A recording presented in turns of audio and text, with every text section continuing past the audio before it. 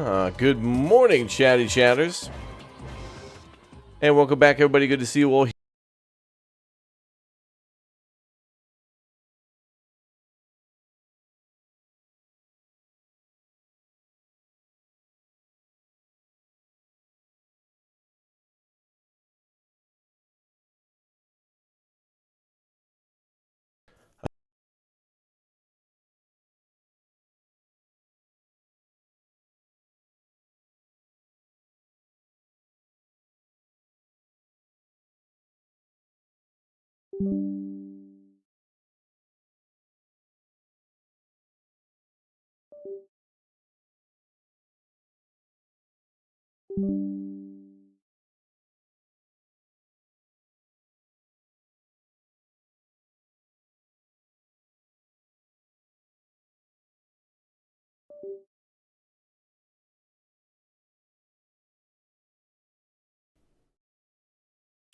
Okay. Well, Windows was not cooperating. Hi, good morning. So welcome back, everybody. We're going to be taking a look here at some gameplay for Civilization VII. You may have already seen our video from this morning, and there'll be a lot more already. So one in the chat, if your body is ready, your mind is ready, we're going to jump back to the Age of Exploration, which you may have already seen in some of their live streams and stuff, and we'll see some actual gameplay, and I'll chat about a little bit of my gameplay recently too. So good morning, and good to see you all here, and welcome aboard. Yes. Hi, everybody. Welcome back. Hello. I know that there's a lot of hype. There's a lot of hype and excitement. Let me just show you something real quick that you may have missed. Over on YouTube, the live stream, or sorry, the video for Civilization VII that we just did went live. We have some actual gameplay up, and you might want to check it out. We'll be playing as a lot of different nations. This is a pre-recorded video that went up earlier today, so you might want to check it out. It's got some gameplay footage and some advanced stuff that you'll definitely want to see. So check out the video that went live a little bit ago. I've been trying to make a lot of videos on this one, and there's a lot to talk about, and it's big. So basically, a type of the embargo had lifted today, and we're able to talk about Civilization VII.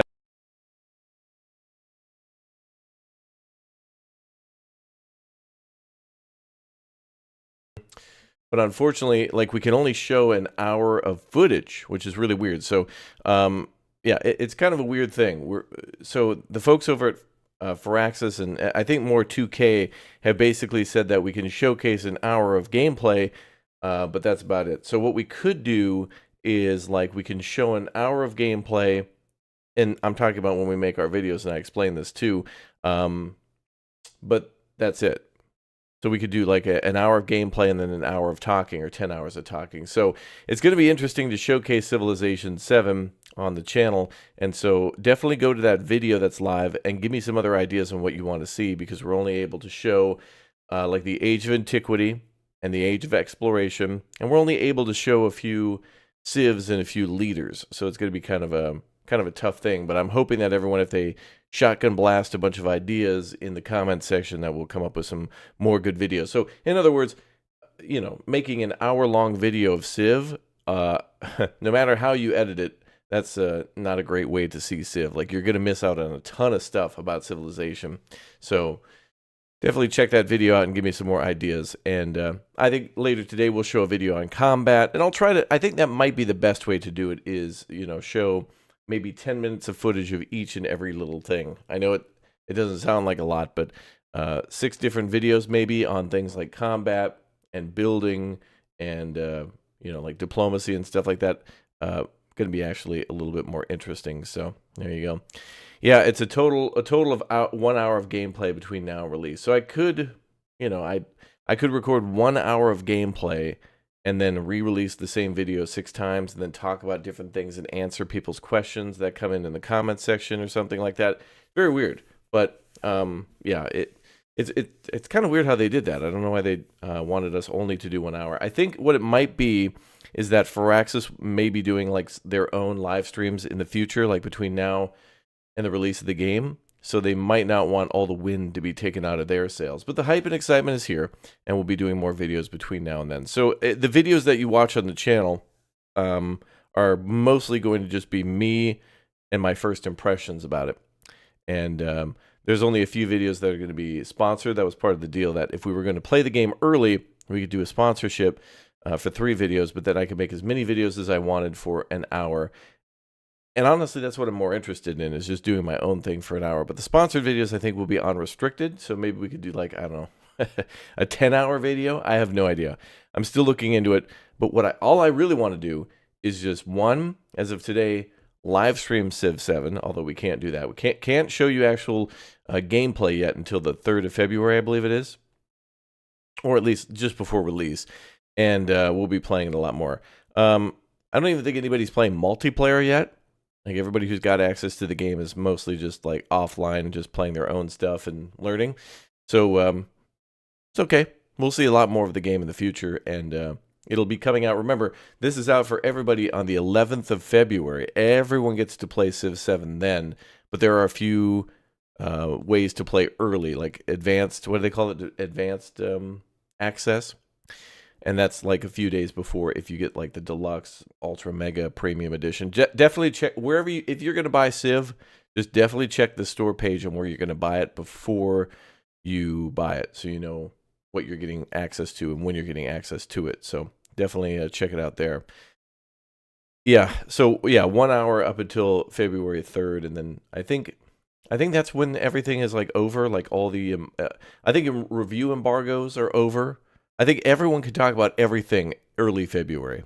I'll have to look into it a little bit further, but that's why we were kind of being real cautious about things. Because I don't want 2K or Firaxis to be disappointed in anything that we overstep or make any mistakes. And those happen, and they understand that. And if that happens, everyone will work to correct that no matter who they are. So, but I've got to say, the character portraits of the game and the overall like vibe of Civ 7 is really good. The initial hype and excitement is going to take a little while to wear off before I think anybody can seriously do a review. I think even if people have been playing this like 2 weeks before they do their review, that's still not enough time, but it is enough time, I think, to do a bunch of initial first looks and impressions and stuff like that. So anyway, yeah, so definitely check out our video on the actual gameplay. So just as an FYI, got gameplay up on the channel, and you can watch that video too. So yeah. Also, a lot of people are not reading the pinned message, so definitely make sure you do that. A lot of you are failing to do that on YouTube, and there's a lot of rushing past a lot of that stuff. Oftentimes on YouTube viewers will push past everything that's blatantly in their face, like the description, the title, and a pinned message, and we'll just rush to the comment section to bitch. So make sure before doing that you inform yourself. Thank you. All right, let's go ahead and jump into what we may have missed about the Age of Exploration. This is something that we could also showcase in our videos too. We could showcase the Age of Exploration and also the Age of Antiquity, but we're not allowed to showcase the modern age. So you likely will not see any modern age videos until a little bit later, unless it's from Firaxis themselves. These folks. Okay. So this video is from about a month ago, but I did miss it. We did already see the Age of Antiquity. We already did see the modern age, but I did not see the exploration age, and I have not seen the I don't even know how to say that, Tecumseh. Anyway, Shawnee special guests are in there for, I think, another nation. I don't know if this represents the Mississippians civilization. I don't know everything about history or civilizations or leaders, but definitely games like Civ help to educate me a lot. I learned a lot in school. I had some pretty good schooling. You know, it was good. I thought I learned a lot. I was appreciative of it. But there ain't no way that schooling taught me as much as video games did, brother. Am I right? Hell yeah. I learned more about World War II and about the world and maps and flags and nations and dialects from video games, especially since I got to, you know, meet all my friends from the Netherlands and Sweden and Denmark and Japan, and got to go to their homes and hang out with them and their families, and that's a cool thing, man. So video games is an open door. Okay. So if you guys have any other questions on Civ, let me know. Definitely let me know on that video. And we're going to definitely make some more videos on Civ. I have been playing it a lot, and I've learned a lot about Civ 7, but there's too much to unpack for a few videos. So I just wanted to know what everybody wanted to see the most on my channel. So I'm going to put out a couple of, hey, here's what I think is cool and you might want to see videos. And then all future gameplay videos on the channel will be dictated by you. So go to the comment section on the YouTube channel. Let me know what you want to see. And then what we could even do later on is come back and watch all those videos too. Okay, let's jump into the Age of Exploration with Civ 7's dev team from Firaxis. We're going to watch this. And then we're going to watch the other thing too. And then we'll talk more about Civ 7. And there will be a video up, another gameplay video up later today. So you've already got a gameplay video up earlier. We're going to watch the devs play, what I missed. And then we're also going to watch more gameplay of me playing again too. So it should be good times. Y'all ready? All right, let's go. And welcome to our ma'am? Hello, Civ fans, and welcome to our Exploration Age live stream. I am Sarah, your community manager. We are so excited. We have a lot to show you today, including a new Civ and a new first look for a leader. We're going to be diving into some very exciting Exploration Age mechanics. And also, we're going to be taking a few questions in chat, so be sure to leave them in chat, and we will try and tackle as many as we can. I am joined by Ed Beach, creative director, and Carl. The music in this game is so damn good. Our lead designer, who just recently had a baby Barian, and is taking I think that echo is on their a break side. on paternity leave. Yep. So a couple PSAs for you guys. Starting with, we are extremely excited to announce we're doing our first ever Civ 7 Twitch drop. So all you have to do for our Twitch viewers that are watching us is to link your Firaxis and 2K account together. Watch for at least 15 minutes, but we hope you stick around for longer. Oh, I didn't know that. If you do that, then you get a very cool Exploration Age banner, which shows up in places like the pause menu and the multiplayer lobby. So just a really cool way to customize your profile. That echo is on their side. And lastly, we have a super cool shout out to make.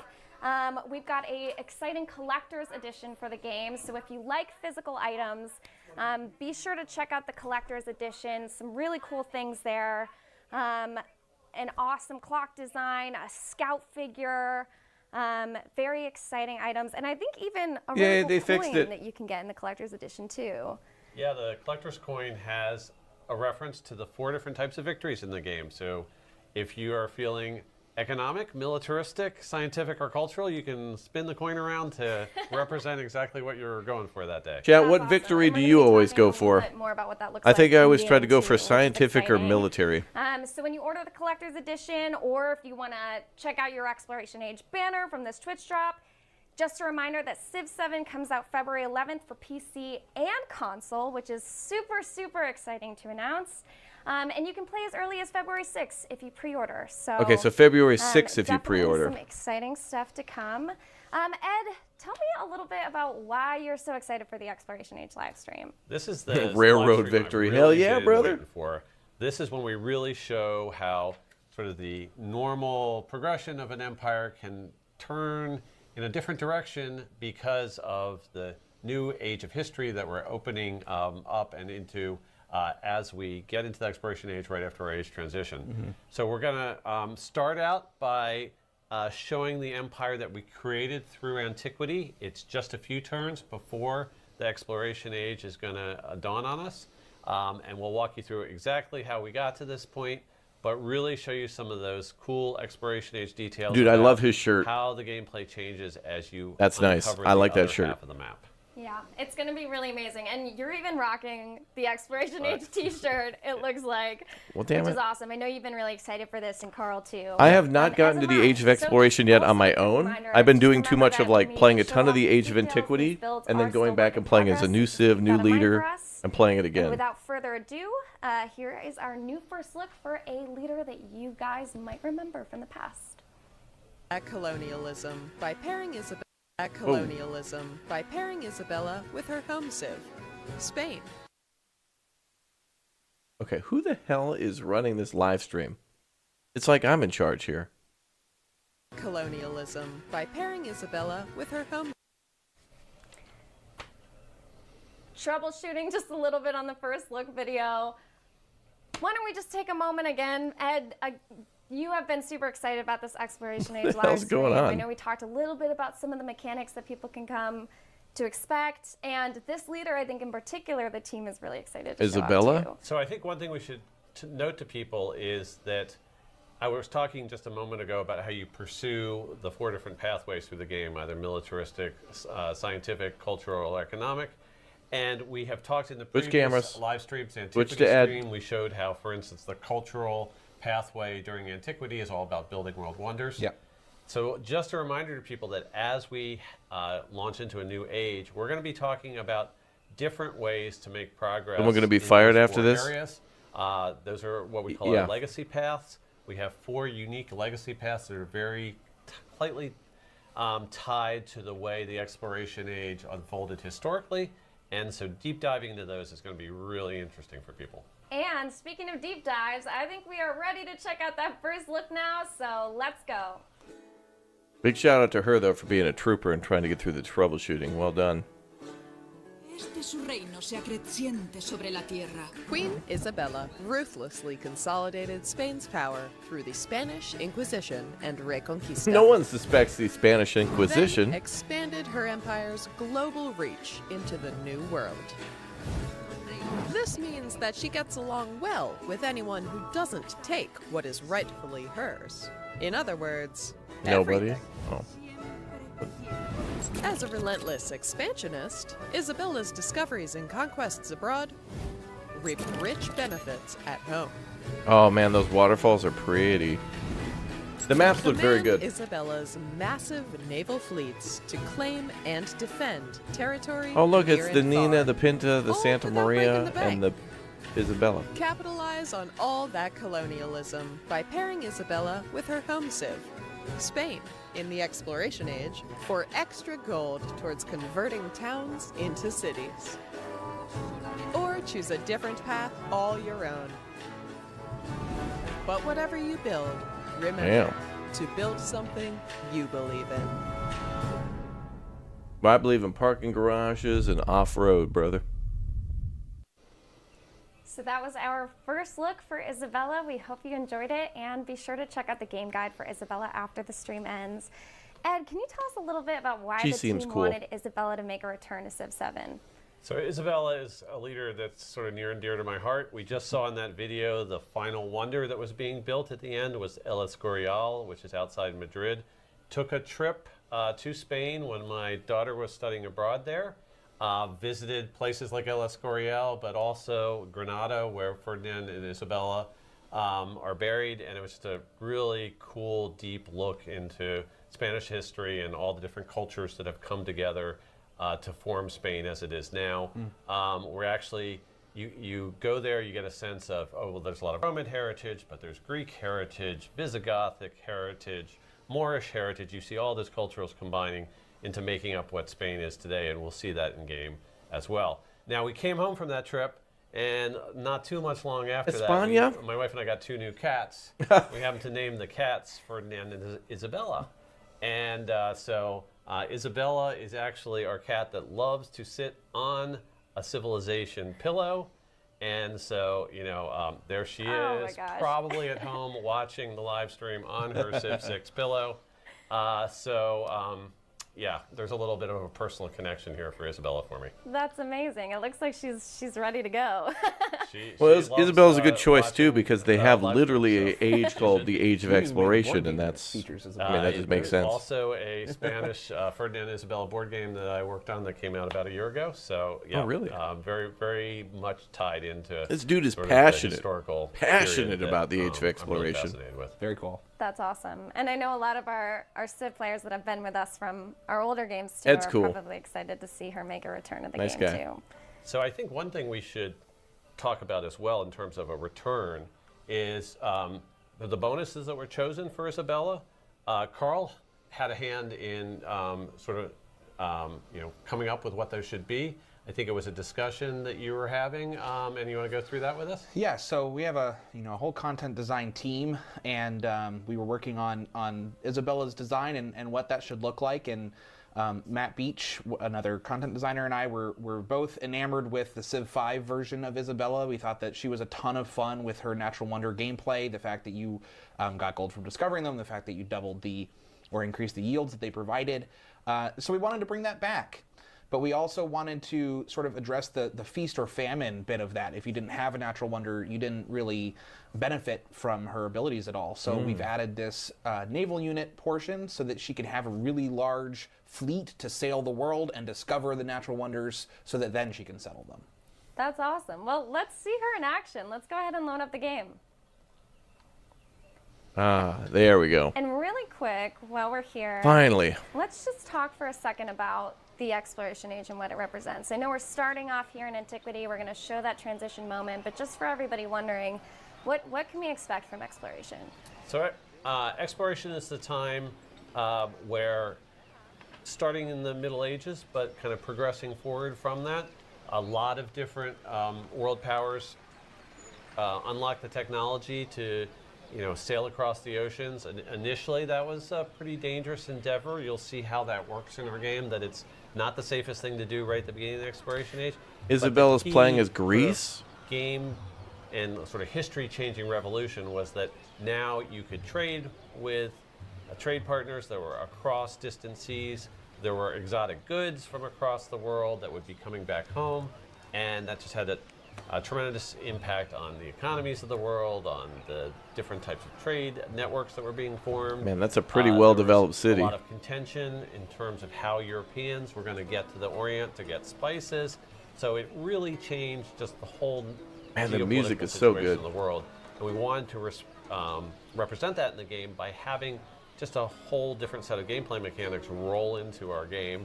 And so the civilization experience does change quite a bit when you get in the Exploration Age. Got it. Well, Yeah, we're their here in video's only in Antiquity, 720p, starting which is with like, Greece. the hell? Carl, as we kind of move around the map a bit, what can we expect from sort of the game settings, first of all, too, that we're looking at here? Well, right now we are at 3 turns or so left in this age. In every single age, you have an age progress meter, and up here we have our age progress is set to 98%. So we're very close to the end of the age. And I'll go ahead and get some gameplay started here. And I can actually answer the game settings question, because this was actually a game that I played. So I played this out to get us ready for the stream. The thing I wanted to do was make sure that we could really show in detail the turns at the very beginning of the Exploration Age. So I left this at standard speed rather than going to the quick speed that we often use for a lot of our streams. We have this on a map where there are 4 players on our homeland continent that we've been fighting with in Antiquity.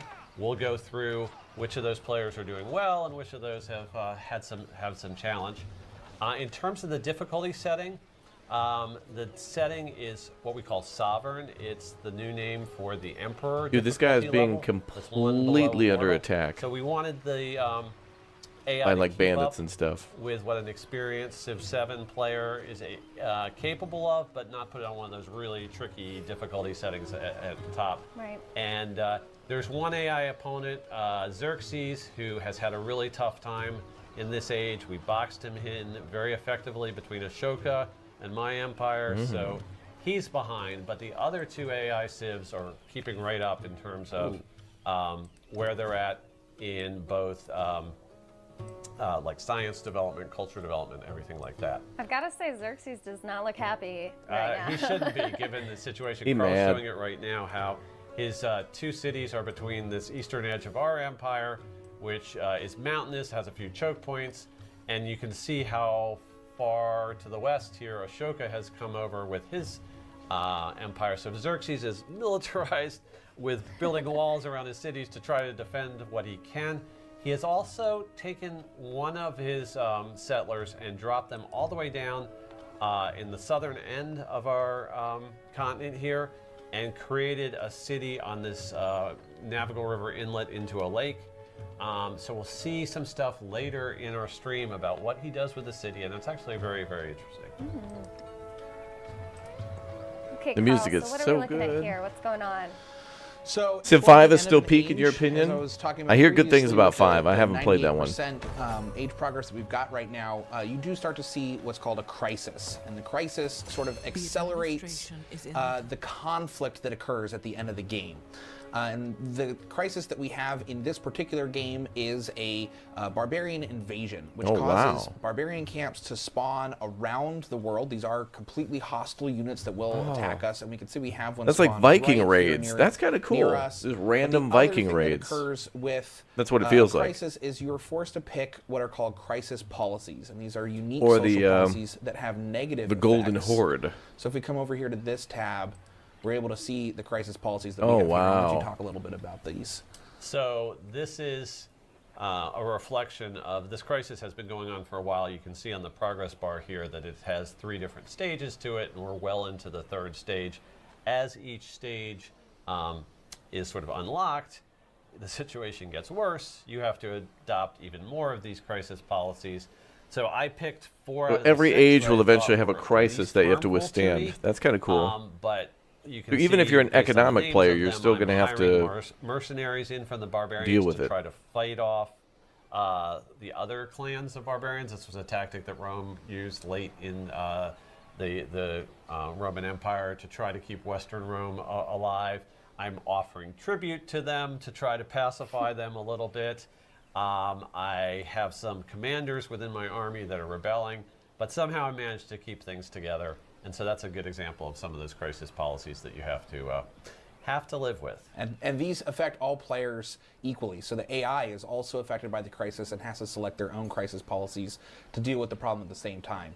Where the camps themselves spawn is a little bit more organic and random. So this is right smack in between 2 of our own settlements, but the others might have spawned next to somebody else's city and could be affecting them. I just finished dealing one with a camp in the northwest corner of the empire. That's no longer there, but you can tell, you know, this crisis plays out over a number of turns. I have an army that just came back from clearing out the camp up there, and basically any little nook or cranny in the middle of your empire nice. is a place where they might slip in an encampment, and you're going to have to deal with it. Yep. So there's people who like to sort of forward settle the other players and spread out. There's some downsides to that here. We have a question coming through. Winston GER asks, so is loyalty no longer a thing? Loyalty, I'll just say that there is a system very similar to loyalty. It's not a system that's on all the time, but there are 3 different crises that can possibly hit a player in each of the ages, and we have a crisis that is basically that same type of effect. Man, the that rivers look so loyalty, nice, too. sort of like those dark ages in the Rise and Fall in Civ 6 where loyalty hit you really hard. That's what that crisis is about. Yep. We do have a couple of other things to show off in game here. Right now I have one of Greece's unique civilian units selected. They get a special type of great person called a Logios. And here we have Hypatia, who is going to grant additional science on a library building. So we stationed her there, and I'll go ahead and activate her. We'll talk a little bit more about great people here in a moment, but before we do, I also want to choose our civic. We have future civic available because we've completed all of the other base civics that we have to choose from, and future civic has a couple of things available on it, but most notably of which is it adds age progress. So this is a way for you to accelerate through the age a little bit faster and get to the end of that crisis if it's really bothering you and you're advanced enough in either tech or civics, because future tech also does the same thing. It's also an interesting tactic in a multiplayer game when you can like pull a lever to control when the game's going to end and sort of maybe lock in your lead. Lock in. That's a cool thing to be able to do in a multiplayer game as well. Fireball 4585 asks, does everyone have the same crisis? They do, and you can imagine, you know, it'd be a little crazy to have these barbarian camps spawning in between players and, oh no, wait, they're only going after one player. We want the world to feel like, you know, it's beset by barbarians or plague and disease or whatever, and have that be a sort of common problem that everyone faces together. Right. Also makes sense in a multiplayer setting that it's sort of evenly distributed around. Right. So I think we've reached the end of Antiquity here. We have a narrative choice available, so if we select that, we get this pop-up talking about the world is broken, and this is to deal with the barbarian crisis that we've been sort of combating over the last several turns, and the age of Antiquity is now ending. So we're going to click on this. It lets you finish your turn just in case there's a little bit of housekeeping that you want to take care of. We'll show in a few seconds sort of what the empire looks like on the other side of the age transition.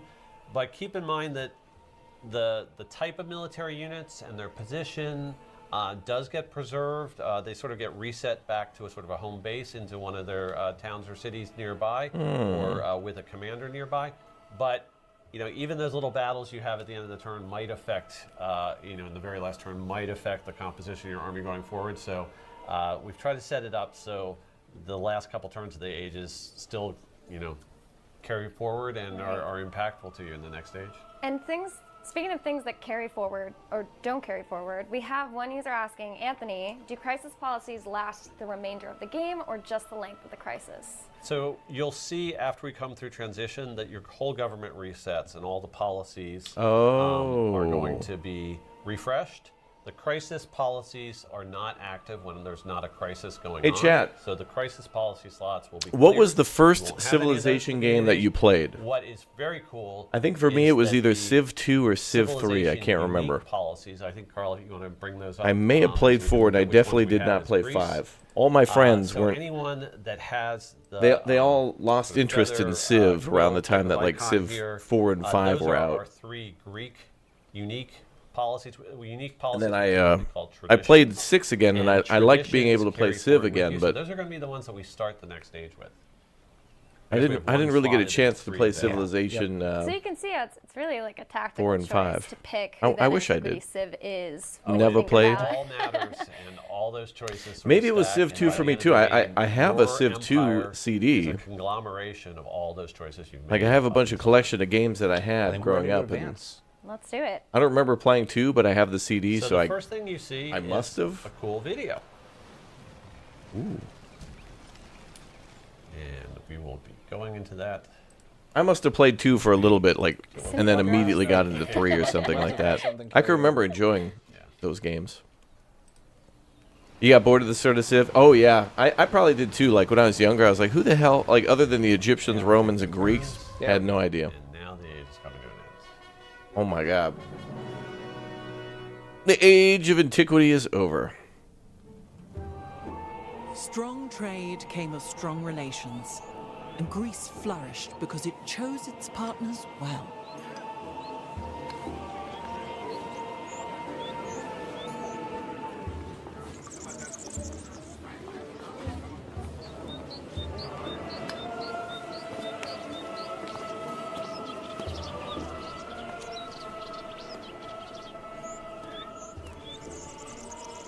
The art really reminds me of like Anno 1800 when you see all the loading So after screens. the cool painting and narration by Gwendolyn Christie, we get to a series of screens that sort of recap the age for you. So the first one lists out all the progress we've made from the different legacy paths that we've been proceeding down, and they're going to unlock lots of points that we can be spending at age transition. You We'll wonder deep how dive noob friendly into this will how we're be? gonna spend That's that a good in just question, second. Dirty. So we won't read through all those. I right have now. been playing with I the think one I wanna tutorials go on. to immediately, I think this game is doing a the very good job age ranking screen, of teaching because that's without gonna being show too us, wordy. in each of those Nothing four that I've legacy seen in the paths, tutorials more who than the like big 3 or 4 clever sentences. that were competing with us. We I think built Civ 5 7 will be wonders. really We were not approachable able to for a finish lot of that people. legacy path and get to 7 wonders of the ancient world. We also were not able to get to 12 towns. We didn't. I didn't really play this Damn, out 12 militaristically. cities? I was trying to build just a really cool Greek empire. So got about halfway through that path. But the last 2, we do see people that finish Silk those. Road, The damn. Great Library legacy path, where you're trying to get 10 codices collected and displayed in your libraries. Both Hatshepsut and Ashoka finished that path. And then the Silk Road path. Civ might be where hard to you're learn collecting for somebody who hasn't resources played a and, game like this allocating before. them to your settlements. If I you've was played able like to finish that Anno one. and So other based on Civ-like that, games, we then can you go haven't to played the Civ. next, This could be tab, which is easy or maybe Legacies hard. Report, and you'll see that there are Damn. sort of 1, 2, or 3 segments in length based on how many of those milestones you achieved. Wow, Basically, we're Xerxes pretty is much screwed. tied with Hatshepsut right now. He's We've both dead. got 8 of those milestones achieved in very different areas. You know, she didn't do nearly as much with economics as we did, but she did a lot more with science. And we're neck and neck with her, and Ashoka's only a hair behind us. Oh yeah. So, when I was playing Civ, I was you know, also this is playing the type Age of Empires recap and we Empire have, Earth. Yeah. At the end of the age, I think it I also like those shows more, you, but to some extent, now I really who's gonna appreciate be Civ. Strong, kind of get that initial jump start in various areas. We're going to have to assume that Hatshepsut and Ashoka will probably proceed a little bit faster than we do in science in the next stage, because they'll have more science legacy points to spend. Right, and I think, you know, something that some of our eagle-eyed players might spot is that little reference to legends, too, I think is on some of those screens as well. This is something that we're going to talk about more in the future. Essentially, the team wanted a way to reward our players for playing a certain leader a lot. We've got players that like to play these leaders over and over, and there's a really cool system involved there that we'll speak more to in the future. But let's head on back into the game.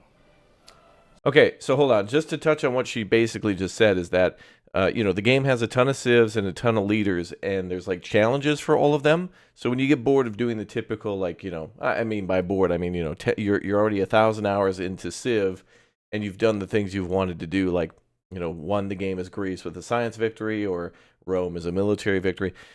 There's a really cool thing where, like, when you go into when you click on your profile, it'll give you like all the Steam achievements for all the things you could do as like Spain, or all the things that you could do, well, like with Isabella, or like what you could do with Rome or whatnot. And there's all the things that are like related history-wise to those like empires and those like civilizations. So there's really cool stuff. Like there's the basic stuff like, explore 100 tiles. Declare war. Kill your first mercenary or whatever. But then there's like really advanced stuff that's specific to like Spain, for example. So that's really cool. There's like a game within a game to get all the achievements as well. So you'll play differently each time. Oh, there you go. Plays Rome, plays Greece, plays Isabella. Huh. So we have moved on España. through the transition, and we have picked our next civilization. What's up, I King know, Nader? exciting stuff. Spain Woo! revealed. Yes. So we got a double reveal here, really. Spain is who we're going to be playing as. Those eagle-eyed fans that Sarah was just talking about are probably looking on the right-hand side of our screen. They catch everything. And there is a Conquistador modern civ Plaza. that's also been just briefly mentioned here. Yes. So more on Casa that de civ to come in the Concentration. future too. But Ed and Carl, tell me a little bit about why Yes. Isabella Okay, yeah. Kevin in the chat reminded me too that the challenges also unlock mementos that give you bonuses on later playthroughs too. That's right too. Yep. Yeah. So if you play as a leader more often, a leader can also kind of unlock stuff. Like they become more powerful too. So the more you play, you can actually get like a modified leader. And then there's also like different leaders too. Like there's Xerxes, and then like Xerxes like 2.0. They get different focuses. Like for example, with Napoleon, there's like Napoleon the revolutionary, and then like Emperor Napoleon. So they have it is nice that there's like different types of leaders based on what they were doing at the time. So you can kind of get a little bit different of a focus, because oftentimes you get, you know, a leader having just like a couple of things about them sometimes isn't enough, because sometimes people will do one thing on their rise to power and then completely switch when they have that power to do something else. So it really has that differently. Yeah, Mexico in the modern age. Yeah, there's a lot of hype about Mexico. People are really excited to see what Mexico will have. work so well together. That's one thing we can't talk about, though. I can't talk about Mexico. Mexico does not exist. So I've never heard of as it. We were discussing earlier is all about sort of Distant Lands gameplay. While she gets advantages on any Mexico's really natural cool, guys. wonder in the game, she gets twice as much gold when she discovers a natural wonder in the Distant Lands. Damn. And then her naval bonuses really help her She gets twice as expand much and gold? explore the world Damn. once we reach this exploration age. Spain is also all about Distant Lands gameplay. They get tons of bonuses towards them, most notably of which is their unique civilian unit, the Conquistador, which I was talking about great people earlier. This is a great person that's unique to Spain specifically. Why not Really unlock all Gran about Gran Distant Lands Colombia? gameplay and getting I mean, all that kinds could of be a cool DLC bonuses in the once you future. sail to the new world. You know these companies. And we've gotten a lot of questions ever since the game was announced about how the progression from one civ to another works. You can see in the middle of our screen that there are check boxes marked off to show players why Spain was an option for them. You could have played as Rome. We didn't do that. We chose Greece. But since there were a lot of Greek colonies along the Mediterranean coast of Spain, even in the area of Valencia that's been hit by the floods recently, and so our hearts go out to those people right now. They've had a tough time in Spain there recently. But Greek and Roman settlements are a huge part of the Spanish heritage. Or obviously, if you play as Isabella, who's the leader who historically led Spain I just love through that some art. of their It's so pretty, best dude. moments. Those are all. Any one of those is all that you need to be able to unlock Spain and choose them as your second civ in the exploration age. Well, let's see Spain and Isabella in action. And as we load in here, we'll let Gwen and Chris. Yeah, I played talk. Hearts of Iron. Yep. I think she's got some. I like to dialogue. take a back seat in that and like watch By the ocean's other people play it. expanse, Spain will follow the Song of Gold to unknown lands and make them its own. I do want to talk about briefly what distant lands Absolute means. We keep using that term. banger. There are two terms that are really. So the important music to changes when you get into exploration the different age, ages and that's too, homelands and and distant probably lands. based on Homelands nation. is the landmass that you start on, the continent that you begin the game on, that we saw already when we were playing as Greece in the Antiquity age. Distant lands is What's up, Josh? Everywhere Welcome aboard, else. dude. It's all other land masses that you are unable to reach in the Antiquity age that you get to start to explore and cross oceans to find once you reach this new age. And let's The talk music a is little bit too about banging. map generation, because that homeland distant land divide is very important in map generation. So the homeland. Hold on, I got to make mention too of the disasters and of the. So there was crises in the game that they showed earlier, like the barbarians. But like in terms of like Mother Nature trying to kill you, I don't know if I've seen settings for this, but every time that I've played recently, the game is really aggressive with the disasters. I don't know if they're going to turn that down after release, but like I've seen it where literally like on turn 2 or 3, my capital is like on fire because of lightning storms. Or it's a risk to where like scouts could be killed by lightning. So I've seen like volcanoes erupting, floods, and like thunderstorms, like violent storms within like the first 10, 20 turns. And I'm like, wow, damn, good thing I didn't have like a whole developed city there. That could have been a disaster. Landmass that's generated on this map. This is a new type of map that's brand new for Civ 7. It is called Terra Incognita. And it generates a very traditional sort of continents map type of homeland area for players to start on, so that's going to feel very familiar to them. But what's cool about the Terra Incognita map is the other half of the world, you don't know what that looks like, and it's not going to necessarily be a second continent-shaped landmass. There are variable die rolls that happen when that map is generated that determine sort of how watery EU is fun. that EU4, area yeah. is, and so there are possibilities. I like from Crusader it Kings looks just too. like the homelands to something that's sort of pockmarked with bays. I played and Hearts of Iron, but lakes I think and I all like sorts of Crusader waterways Kings that are just a fun little to bit more. explore. Just So a we'll have to little bit. see as we proceed with our gameplay. Just 'cause it's so complicated. As to what that other half of the map is going to look like. All right, let's go ahead and choose our legacies and get this exploration age started. Yep. Yeah, this music's too good. So it's based on probably the age and probably the nation These that you're are, playing as the Civ. bonuses that were achieved during their Antiquity run. You can see in the top middle of the screen that we have different points in different areas. One wildcard point, and then the other points are based on how many milestones we ticked off on the Legacy Pass. I saw that we had a question from chat about should you go just heavy in one area or should you diversify? I think it's all a matter of sort of what your long-term strategy is. Yeah. Sometimes you're like, I'm just going to pick a bunch of science civs and go through the game that way and try to win a science victory as quickly as I can. Okay, then you've made your decision then. Here, I knew we were going to really deeply explore Exploration Age gameplay. I wanted to be set up with an economic powerhouse. That's why I made sure I finished the Silk Roads path, and then I got as far as I could on the other ones. But that's something for everyone to explore, and sort of it's just whatever fits your play style. Right. Yeah, if you have the capacity to, it looks like it really does benefit you to kind of get these It's points. tricky to get What's up, all Ballmer? of the milestones. There have been a few times that people on the development team have done it, and they're like, "I was so proud of my run last weekend, or last week, because I was able to get all of them." Right. But it's not easy to do. So what are we working with here? So we've got 1 military point to spend, so let's go ahead and grab a militaristic attribute. Then we have 2 cultural points to spend, and I think we built a lot of wonders, so I think we can go ahead and pick up. And notice there are attribute points in all of these areas. Those are sort of Did the someone build these basic roads? things They look that you unlock triangle? for just getting Yeah, to that's that got to be first based on milestone. the But if you get to the hexagons. I don't know second why or the hell it third looks like that. milestones, that's when these more powerful legacy It looks cards sort of strange. become available to you to trigger an effect that not everyone else in the game is going to have access to. And if you finish Legacy Path, you get a Golden Age card you can select. Right. So we'll see that when we get down to the economic choices. And this card here, I believe, is from our Crisis, if I'm not mistaken. So what Crisis you interact with might determine some gameplay when you enter the next age. Really? I see that one about wonders. We're going to That's pick cool. that. Chat was asking, So you get different will options settling based on the natural crisis that wonders you dealt with instantly from the help age the before. That's homeland? cool. Yes. Yeah, it's the so, Triforce. Let me go ahead and select these here. Don't want to get too distracted. But yes, you do get bonuses for the wonders that you selected.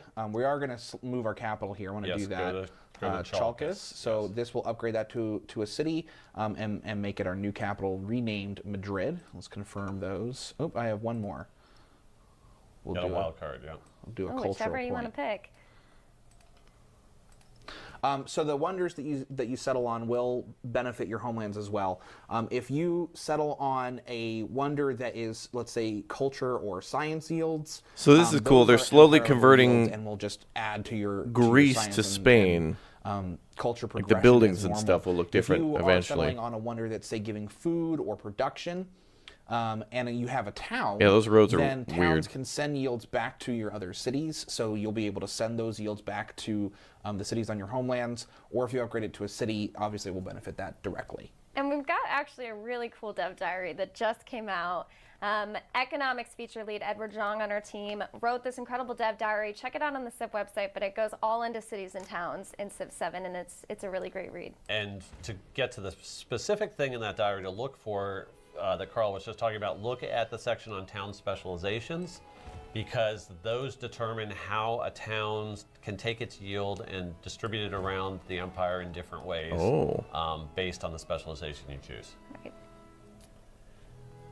So what I really want to do first is sort of take a deep dive into some of our cities and show how they're still look pretty Greek at the moment, but we'll get them switched over and go in with exploration age stuff in a minute. Ooh, he got his own After island the up there. That's cool. transition, Like I said, your military units are going to be dispersed to garrison your various cities, and I had a lot of hoplites up on my border, boxing Xerxes in. I had some fortified mountain passes there, each with a hoplite guarding them.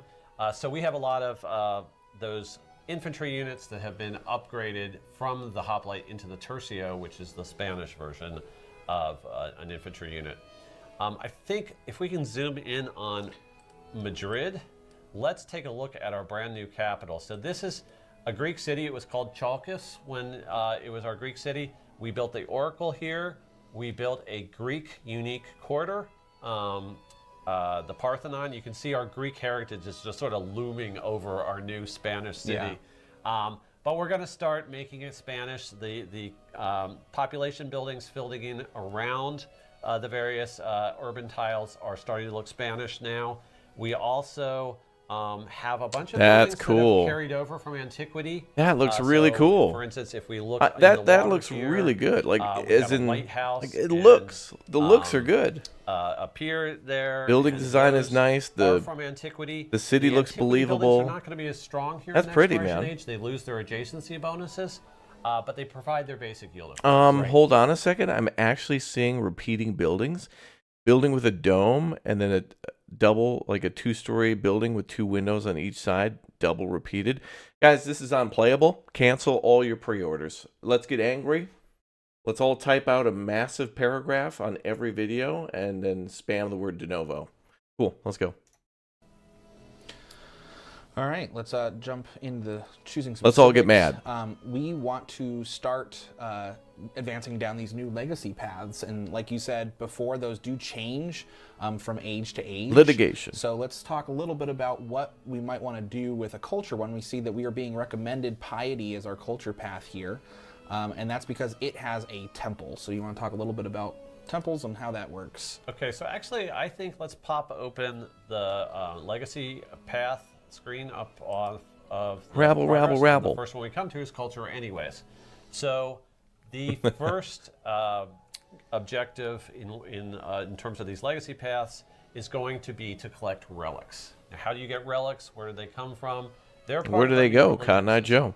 And they are rewards that you get from spreading your religion around the world. There's a lot of changes to the way religion works compared to Civ 5 and Civ 6. I think the number one change is that every player can start a religion. Yeah. And there's no longer that race to, oh my God, I gotta get a religion quick or I'm gonna get locked out.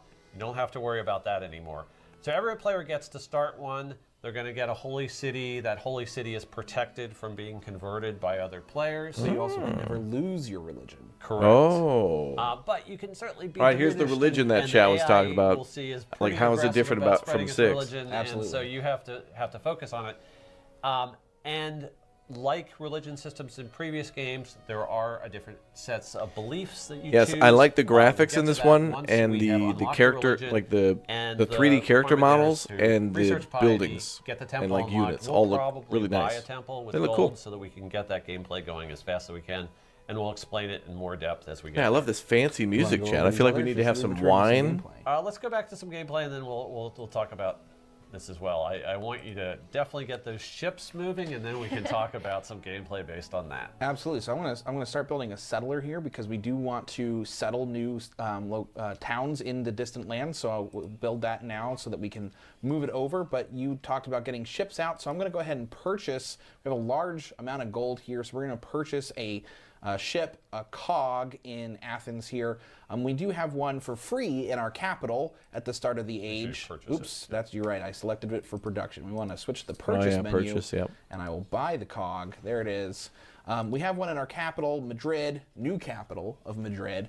But Athens Man, is a Spain's going to be able to pump out units with the coastal double access gold with if they this get some navigable good river. deposits. So that will let us sail out from there. And I'm also going to come back down here, and we'll take the cog that we get in our capital, and we'll move I it. just love this here. bay that it's beautiful. Madrid is It's situated awesome. on. It's That got is a cool. one navigable tile, river tile that opens up into this basically lake that we've put. That's a cool as hell. lighthouse, And I love that and it Naval keeps does- going up to Sparta, too. That's It really, does, really it cool. does. And that volcano erupted so many times in Antiquity. I actually gave up on trying to keep that iron mine going because it just was getting demolished over and over again by the volcano. But the yields, But the yields are so and good. the yields were just spilling into those river valleys. It was pretty fabulous. I also want to shout out really quickly. You can kind of see as you Yeah, transition. even they from mentioned that Antiquity like to volcanoes and exploration, stuff are your aggressive as hell. relationships with the players maintain slightly, right? We had a couple questions from Chad, I think, asking about whether you're at war with a player in the previous age. Does that still carry over, for example? That's what the music sounds like when you're an the wars anno are artisan. ended. Yes. All the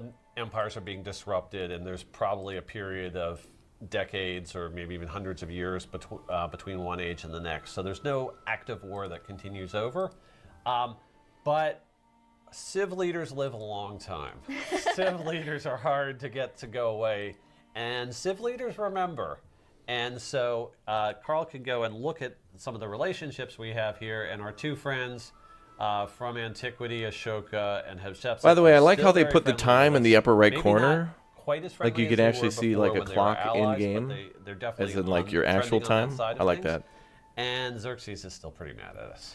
Right, so we've got course he we've is. got Xerxes Of to course. contend with, and then there are some, we'll get to them, but some other players maybe in the distant lands that we'll be introduced to as well. Let's take a quick look at what Xerxes did. Since he's hostile with us, we want to be aware of what's happening here. I also noticed that you didn't build any walls in many of your cities. You have some in Sparta here, but now that we are in exploration, those walls aren't present, and walls actually evolve into a And new I have type. a good explanation for this. If we go up to Thebes in the upper right-hand corner, you can see that there were all these mountains along my border with Xerxes, and what I wanted to do was put military units in the where the silk resource is, and that mountain gap right next to the lake, and then I fortified them in place. And it was a beautiful fortification so line.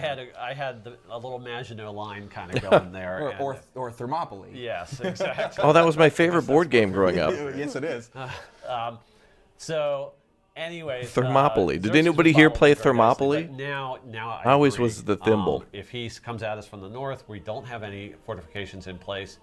And what is he doing in terms of what empire he moved forward to? I think we have to advance the turn in order to see what his legacy choices were, because those occur on the first turn. Right, and we're so not there we'll yet. check back in with him, but we'll go ahead and pick our social policies here.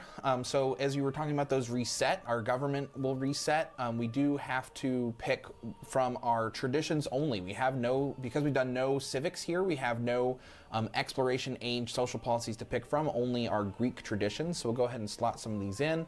I want to get Xenia in to befriend independence that we might come across. And let's go ahead and Plus do 50% some influence endeavor towards potential. initiating and progressing. And Kappa from chat asks, does each civ have unique Kappa? policies? Yes. Yes, every single civ has unique traditions that they're able to unlock over the course of an age, and then those will still be present in exploration, and then even in modern as you continue to progress. So you're Oh, able will to this layer game all yell of at those you things when you're together. playing for too And long, like an remember, Anno 1800? That's a unique damn good civic question. Tree. Imagine I the like when civic games tree do that, from a even though previous civic game like Civ 6. me and Fox There's a small new always branch laugh at of it. with anywhere from 2 to 4 nodes. If you've been playing for that 1800 represents hours, those unique maybe you civics, should go outside. for No, Greece before, Anno, for maybe you Spain should now. leave me We'll- alone. We'll be diving You know I into don't have a some of life. those, in just a minute.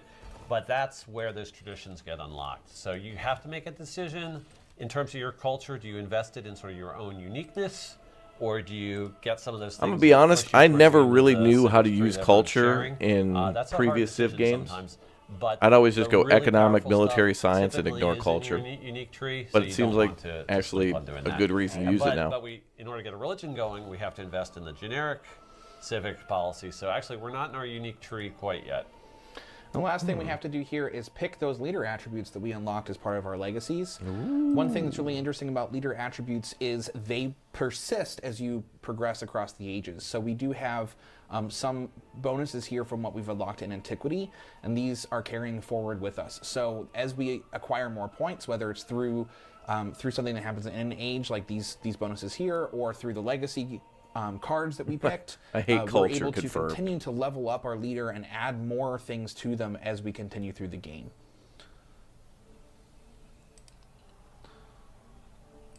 So I'm going to spend some of these points here. This seems really good. Get some free science here. Oh, the And number is how many just points as he has to another spend. reminder, Okay. The types of points that you've accumulated in each age are keyed towards the attributes that you'll see mentioned for your civ and leader selection. So, like leaders have two different, like, for instance, Isabella is an expansionist leader. So every age that you play as Isabella, you'll keep getting expansionist attributes. But Spain brings in different attributes to the mix, so your choice of civilization also factors into which of those attribute points you get to spend. So if you were to pick a civ and a leader that had that kind of expansionist synergy, then you would just be raking in the points. And Feudal then you can monarchy, I think they went invest with. in the legacy path that also rewards expansionist points, and so yeah, absolutely. If your strategy is to try to push as deep into those attribute trees as possible, that works very well. Right. All right, it looks like we're disembarking here. Yeah, finally starting to sail out here. And the tech that I picked for us to research is cartography. We're going to explore the new world. You mentioned something about sailing into deep ocean. Can you talk a little bit about that while I continue to play Okay, so here? we're looking at our cogs. They are still in shallow water along the coast, but there's some darker blue deep water just ahead of them. So Open if ocean. you remember the new movement system that we talked about in some of the earliest live streams that's different in Civ 6, it's all based on terrain being a turn-ending blockage to your movement. And so you move as many movement points as you have, and then when you hit any type of obstacle that is turn-ending, your movement is stopped. And at the beginning of the exploration age, ocean is treated the same way. Ocean is turn-ending terrain. It's also dangerous, and every turn you end in the ocean, you take some damage. Ouch. So you can make it across the ocean, in most cases. So it's like You know, doing if a you're not Anno careful and you 1800 sail through with expedition. lots of deep ocean, you may not even make it to the other end. But I think in Oh, so there's our a chance that your situations here, exploration could you'll fail. probably make it. Now, one thing that we do in map generation is we give you a little help to get across the seas. Oh, islands because and if stuff. you think about how any of those early explorers worked, there were islands off the coast, and as they started proceeding out into the Atlantic, the first thing that the Spanish did is they're like, whoa, the Canary Islands are here. We're going to settle here, and that'll be a great base for us to move on. So the Canary Islands, the Cape Verde Islands, Madeira, the Azores, all those became highly significant bases for the European powers to sail west and get to the New World. And we represent that. Carl just revealed that he's come up on a sort of passageway where he's going to have to go over deep ocean tile, but there looks like there's an island there, and that's sort of along the lines of those historical islands. So in most of our map types, not all of our map types, but in this particular Terra Incognita map type, it does represent the same type of situation that they faced when they were first doing New World exploration. I wonder if where you can will repair on find these islands? Islands at some density. It'll depend on the map generation. Like if you go back into between shallow you and water, the if New you World. can... And I imagine if you tweak the settings to have a larger map too, then you're going to be If you facing can repair more your of those ship and rough go explore seas. more? Yes, you could have those big blocks where you have. I think you could just resupply 4 your or 5 ships at tiles to islands. go Oh, yeah, across before you maybe. Find anything, and Right. you're taking damage. I mean, you every should time be able to move go to out. an island, you know, and cut down We can see that our trees settler and actually find is not even able food. to enter open ocean yet, and that's what cartography is going to do for us. It Well, will the ship unlock should the be able to ability repair, for these units in to my opinion. then also sail across. And we got a question from chat from the Hyatt who asks, when you bring your founder to a distant land, is the initial founder a town or a city? A town. Okay, so we'll be very clear about our terminology, just to be very precise.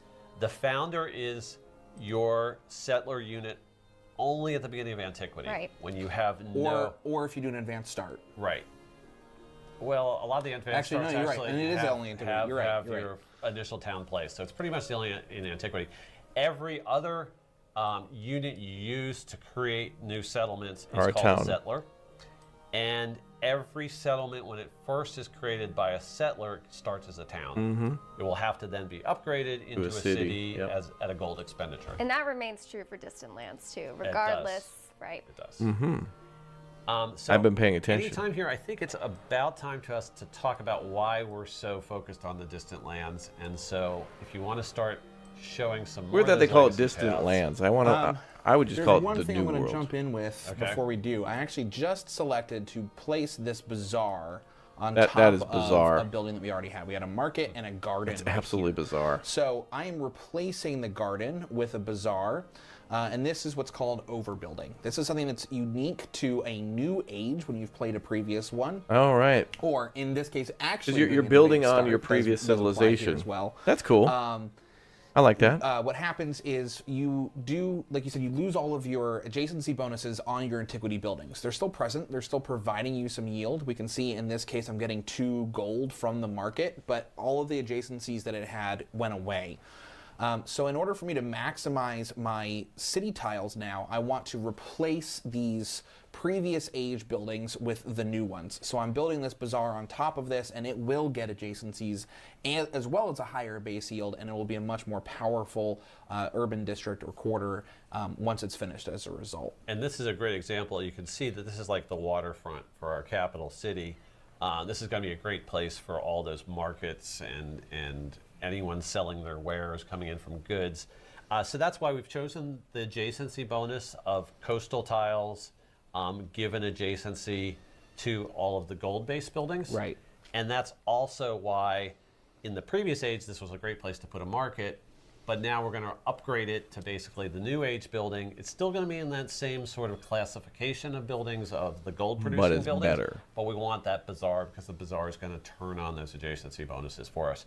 So what you end up seeing is players do have a lot of choice over how to develop their city and which 2 buildings they combine where. Yeah. But you'll find there are patterns to the way the adjacency bonuses work.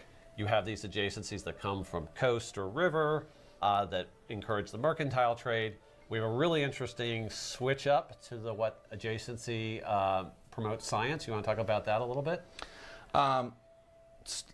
I'm not sure I know what you mean. So Actually. science adjacencies come from resources now? Yes. So it's Oh, you mean from Civ 6? Civ 6. I was like, is there? I have been out on paternity leave, and we said it earlier. No, I didn't Something change changed. anything. No, from Civ 6, yes. In Civ 6, you got science adjacency from reefs, with Gathering Storm, you got it from geothermal vents, and then mountains, and now it's from resources. So science and production buildings both get adjacency, their respective building adjacency from resources, and so you want to place those buildings next to as many resources as possible. So here we can see we have a library and a blacksmith that was adjacent to 2 resources here for, Oh, for a plus that's 2 lucky. And really quick before we stray too far from overbuilding, we do have a question from Lunar Soul Gaming who asks, can you overbuild an ageless building? That is a fantastic question. So there's actually 2 types of buildings that cannot be overbuilt. One of those is ageless. Ageless means that once that building has been placed, its effects continue to persist regardless or continue to matter regardless of the age. So things like a Walmart? the Civ unique buildings, the Parthenon and the Odeon, those are ageless. Once they're placed, we cannot build over those. So this Greek quarter that we have here, the Acropolis, is going to stay here throughout exploration, throughout modern. We will always have these buildings. We can never replace them.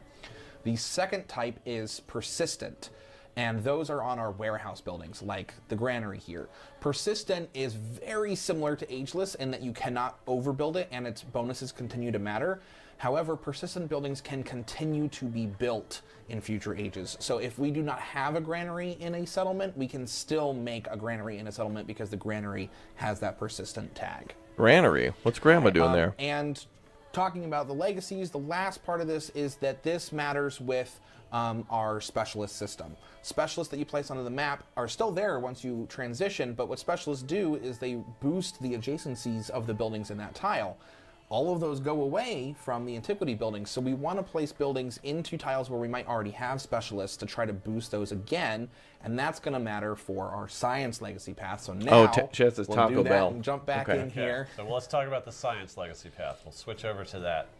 So the science legacy path is all about You like details like building in Diablo 4? super Oh, for powerful numbers and stuff like tiles that? within your Yeah, that's cities. cool. And so this adjacency game that we've talked about, this overbuilding game that we've been talking about, it is the path to enlightenment. You're curious how many so to DLCs speak. before the game is good. So I think that really just depends on if you like the this, civilizations that we start goal with that people can see and here, if leaders. they're looking right under the word enlightenment, you can see you I honestly actually wanna have to see get more- all the way up to 40 more. total yields. Like, I per got to see tile, which China. I want to seems see quite more incredible, African quite cult high.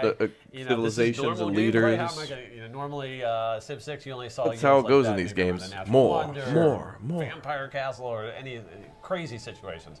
But this is actually Give pretty me normal Hungarian, gameplay here in the give me exploration age that you can Romanian. get a few tiles in your cities. Give up me to more this leaders level. from At the end of the age. At the end of the age, everywhere.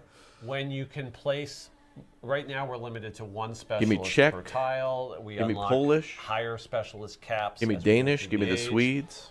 We have to get our adjacency buildings. Give me more South to buildings American. from this age put in place. Aztecs. We'll want to stack 2 of them in Actually, the those might tile, and be then in there. both of them have strong adjacencies. And then each specialist we put down on top of that helps both of those buildings get better and better adjacencies. And then you'll also see in our civics tree, there are civics that temporarily boost adjacency bonuses. Yeah. Or certain types of buildings, and that's how you can finally get all the way up to 40 total yields. Do we want to do some of the others here? Yeah, let's go ahead and finish off the legacy path. So you're talking about distant lands. We'll go ahead and jump into economic here. Okay. Oh, so, treasure the fleet. economic Ooh, victory that's is for all Spain. about bringing back those exotic goods from distant lands. So we were talking about map generation, about how the map on the other side of the world can get different. Yeah, a lot of room for generated expansion from, with the homeland. leaders, But for what sure. also I can think they're going to happen on the lean other a side little of the bit more world into is leaders than new civilizations resources for a that while. only occur there. I feel like it's will going to be show easier to up make a in those 3D lands model that we never had Mahatma access to in Gandhi. the homelands. There are changes to And whole come up bunch with a of few resources as we go across the background transition. thingies Some and of them then just become plug him obsolete. into Greece or Some something. new ones like Niter have appeared on the map. We can see that when we go back to the map. But the most important resources are those ones that are so exotic, they're greatly desired back at home, and we can cash them in for amazing profits when we get them back home. And those resources, we'll see some examples of them, are what we call treasure resources. And when you settle near a treasure resource and set up a settlement there that has all the naval facilities, the docks and stuff that it needs, and you get to the shipbuilding technology, which is about halfway through the technology tree, all of a sudden you start to produce treasure fleets. And treasure fleets are units that Listen to that music, are generated dude. automatically by these settlements, have to be protected on their way home, but if you get them home, you can cash them in for points towards this legacy points. And Yeah, a new just Civ go means that spend buildings them have to have a wherever. unique So it's look, possible one of and our enemies, like that means Xerxes, new may units. hop in there and try and take a treasure fleet. Absolutely, and I have alluded Just to the popping fact in we've like had some crazy Einstein naval or battles something. in some of our multiplayer games. In when the development team's been testing all this out. Just got a guy with a little Treasure fleets mustache are and some quite interesting funny in sweater. multiplayer because you grab one, Plus you 10,000 attack it, science, you instant steal it, victory. You can take it home, cash it in for your victory points, your gold, and that other player works them. They're also worth a variable amount of points based on how many treasures were around that settlement. So you might attack one you don't know. Is this thing loaded with a ton of gold, or just a smallish? Hey, it was a amount? black dragon. But then you capture it, you find out. Yeah, It's you can't pretty tell amazing. until you take it. Right. And this is unique gameplay to this unit because unlike previous iterations of Civ, we don't have the ability to capture units. Like a settler, if you attack a settler, it will destroy it. You can't capture that unit anymore. Treasure fleets are the only type of unit that you're actually able to capture from other players and then use yourself. It converts to your unit and you're able to take it back. They can trade hands multiple times. Well, that's going to be interesting as hell. Piracy was ripe throughout history. It was constant in Antiquity and still has some cases today, but this was sort of the golden age of piracy in multiple different places in the world, and you can go sort of be a pirate yourself and steal treasure fleets from other players and capitalize on that. And actually, let's hold off on the military one for just a second. Sure. Go back to the map and let's look at our continent lens. We may want to look at it again a little bit later when we've revealed a little bit more of the map, but the continent lens is an interesting tool for us to kind of look at the geography of the world. You feel like you're in school? It's similar to the continent lens that we had Yeah. in Civ 6, where there's a color Civilization, coding each continent. You can see where University. they start and they end. And we actually have found some of the off. If you're new to Civ, here's one of the most important things about Civ, and that this is what makes it fun, is that the thing just to the right of the screen, that little diamond with the exclamation point, the best thing about Civ is that it essentially does things one at a time. If you hit that button, it won't really let you end a turn without doing all the things that you need to do. So every time you hit that button, if there's a choice you need to make or a unit you need to move, it'll tell you. And that gets obviously more and more complicated as the game goes on, because you'll have, tons of units in different cities. But as you do things step by step, like when you start with your first city, you plop that down, then you start building your scouts so you can find out what's around you. And, as you're picking things like, okay, what do we want to research? What unit do we want to build? What building, or, what thing do we build around what are we building around our city? Like that thing, being able to do that step by step really makes it so that way you never forget to move a unit or forget to make a city start producing something. So that's a really helpful thing that I always think is the most important thing in Civ. Sure. It's just helpful. All games Islands need that when that they're are still turn-based. I part love of that. our home And continent I've been of seeing that Atlantica more here, and more and more. But we haven't actually reached the far distant continents. So what you see from the continent lens is it a good thing or a bad thing that you have to attend a course to learn how to play a game? I mean, when you play board games, everybody's got to gather around. If you're playing Settlers of Catan or some sort of a cool... Some people really, really like board games, really like to get together with friends, and you have to go over all those rules. And that's what D&D is, and people love that.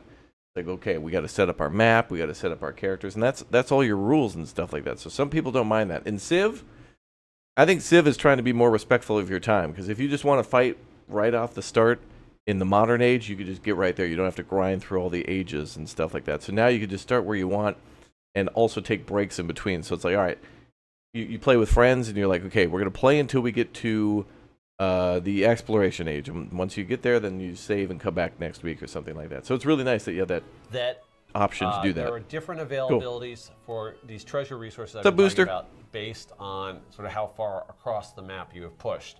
In these islands nearby our homeland, you can encounter some treasure resources, so don't dismiss those. Those can be very useful sources of them. but it's over on the other continents where they're going to be filled with treasure resources all around, and you'll be able to find quite a few of them.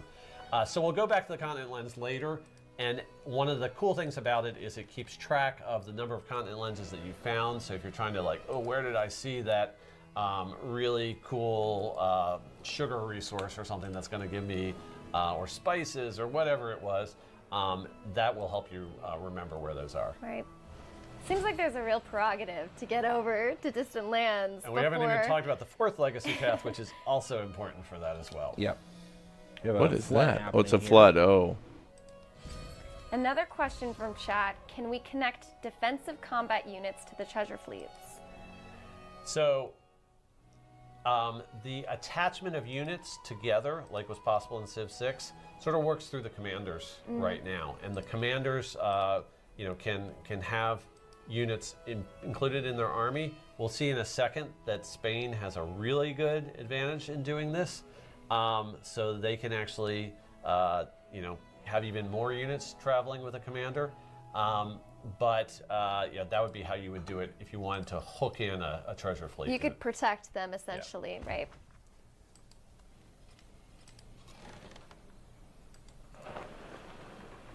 It'll take 2 turns of rough seas damage here to get across. So an interesting thing is in previous Civ games, naval units had to return to home waters in order to heal.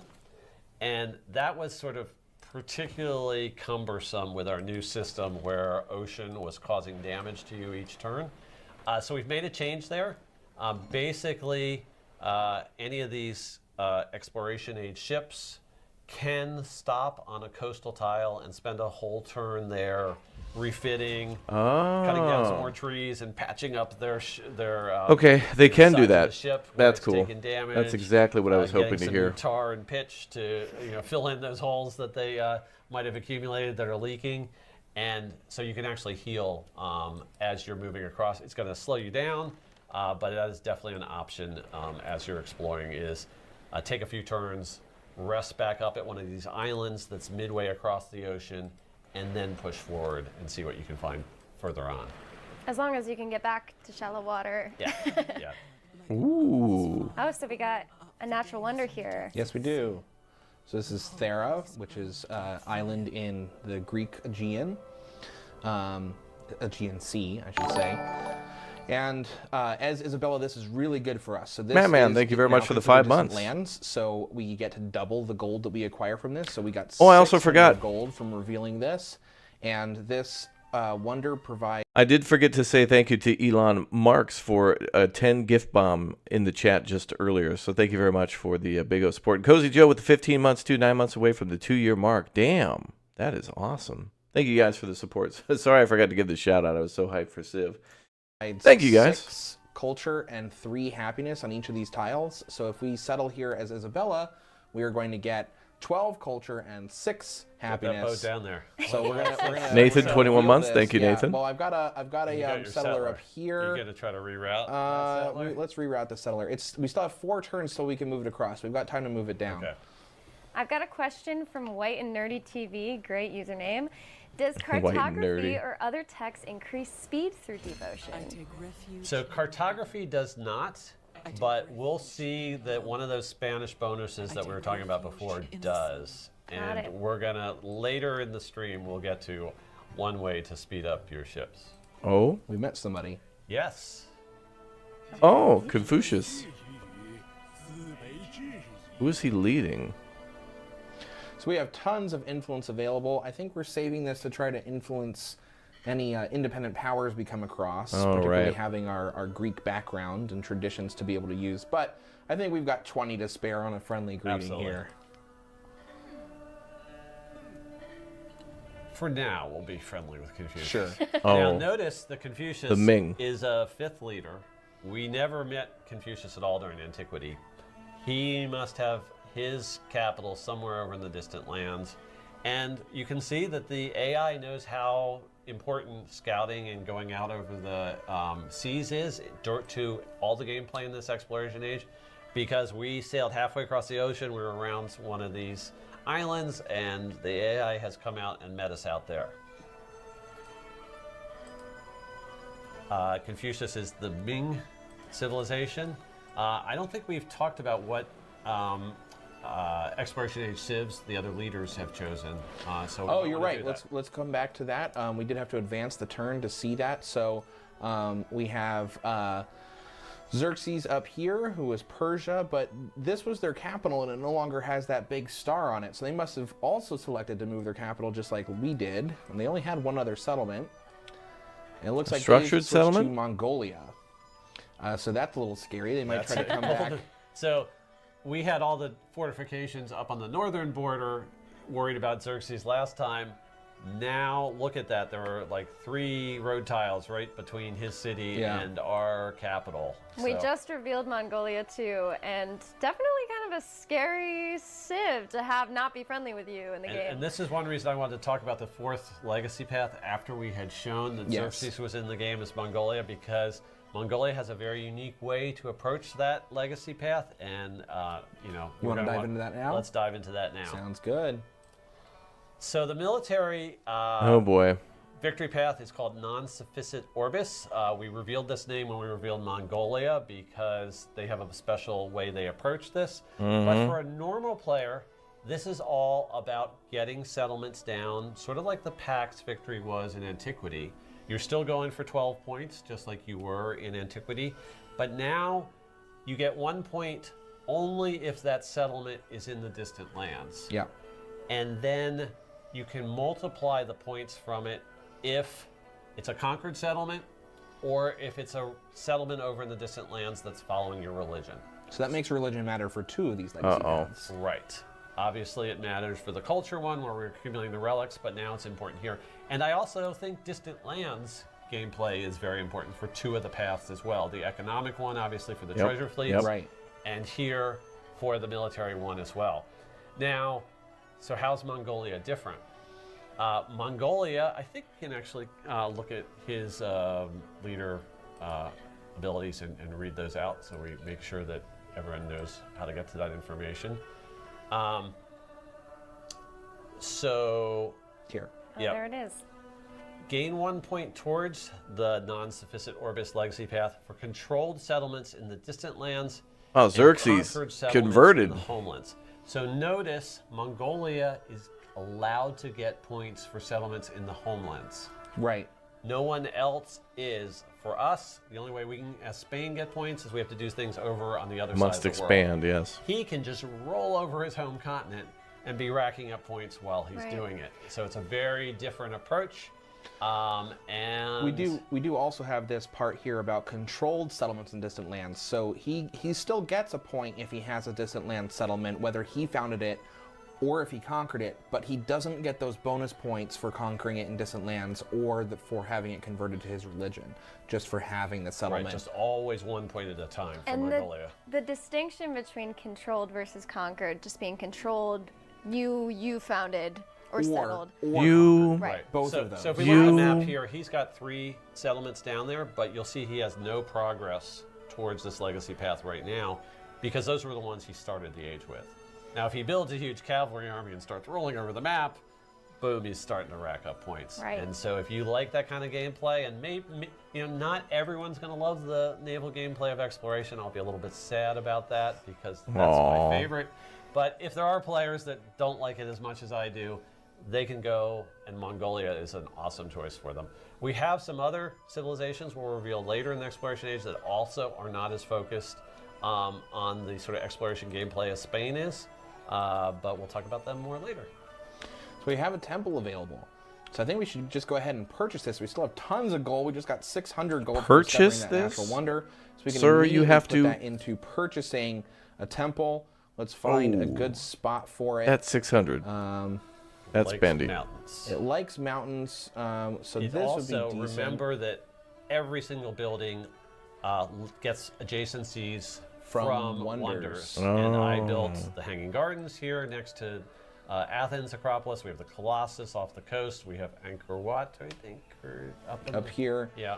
So we've got 3 spots that are 6s. So we do want to take a look at what we'll be replacing and what other adjacencies we have around us. Maybe where that There's a 4 resource is. here, and The here. green so 4 that's would be good. for this still being a science and production spot. Right.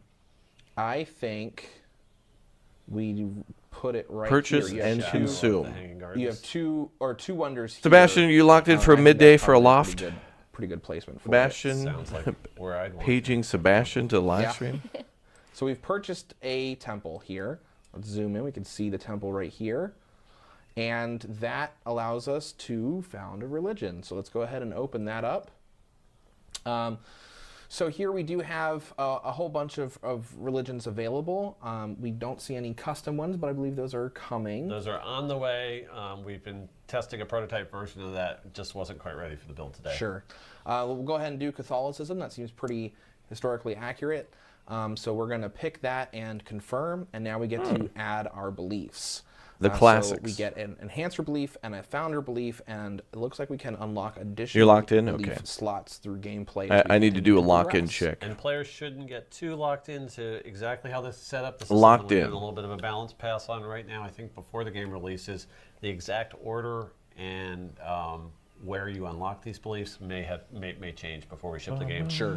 But the enhancer and the founder beliefs are very similar to what you would remember from Civ 6, where an enhancer belief is a way that your religion spreads in a unique, stronger fashion than the other religions in the game.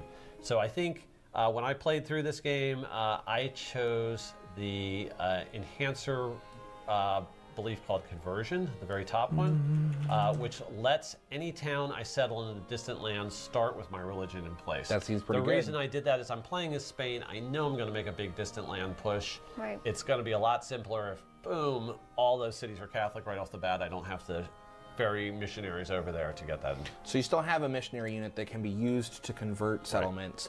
And I believe you have to have a temple in order to create them. So if you start with this in place in distant lands, you can then get a temple and immediately start pumping out missionaries over there without having to go through the process of moving them across the ocean. And when we get to reliquary beliefs, there's a cool strategy that you can do that sort of builds right on that. Sounds good. We do have a couple people asking in chat, can multiple leaders found the same religion or select the same religion? No, it's the same. That works the same as in our previous Civ 5 and Civ 6, where once I choose Catholicism, everyone else is going to have to pick a different one. Just we don't want the symbols to get too confusing Right. and the names to get too confusing. And the beliefs are the same way, just like with Pantheon. So those are first come, first serve. You want to kind of rush to this if possible, if you plan on playing a religious game, because once you've selected a belief, it goes away for all other players.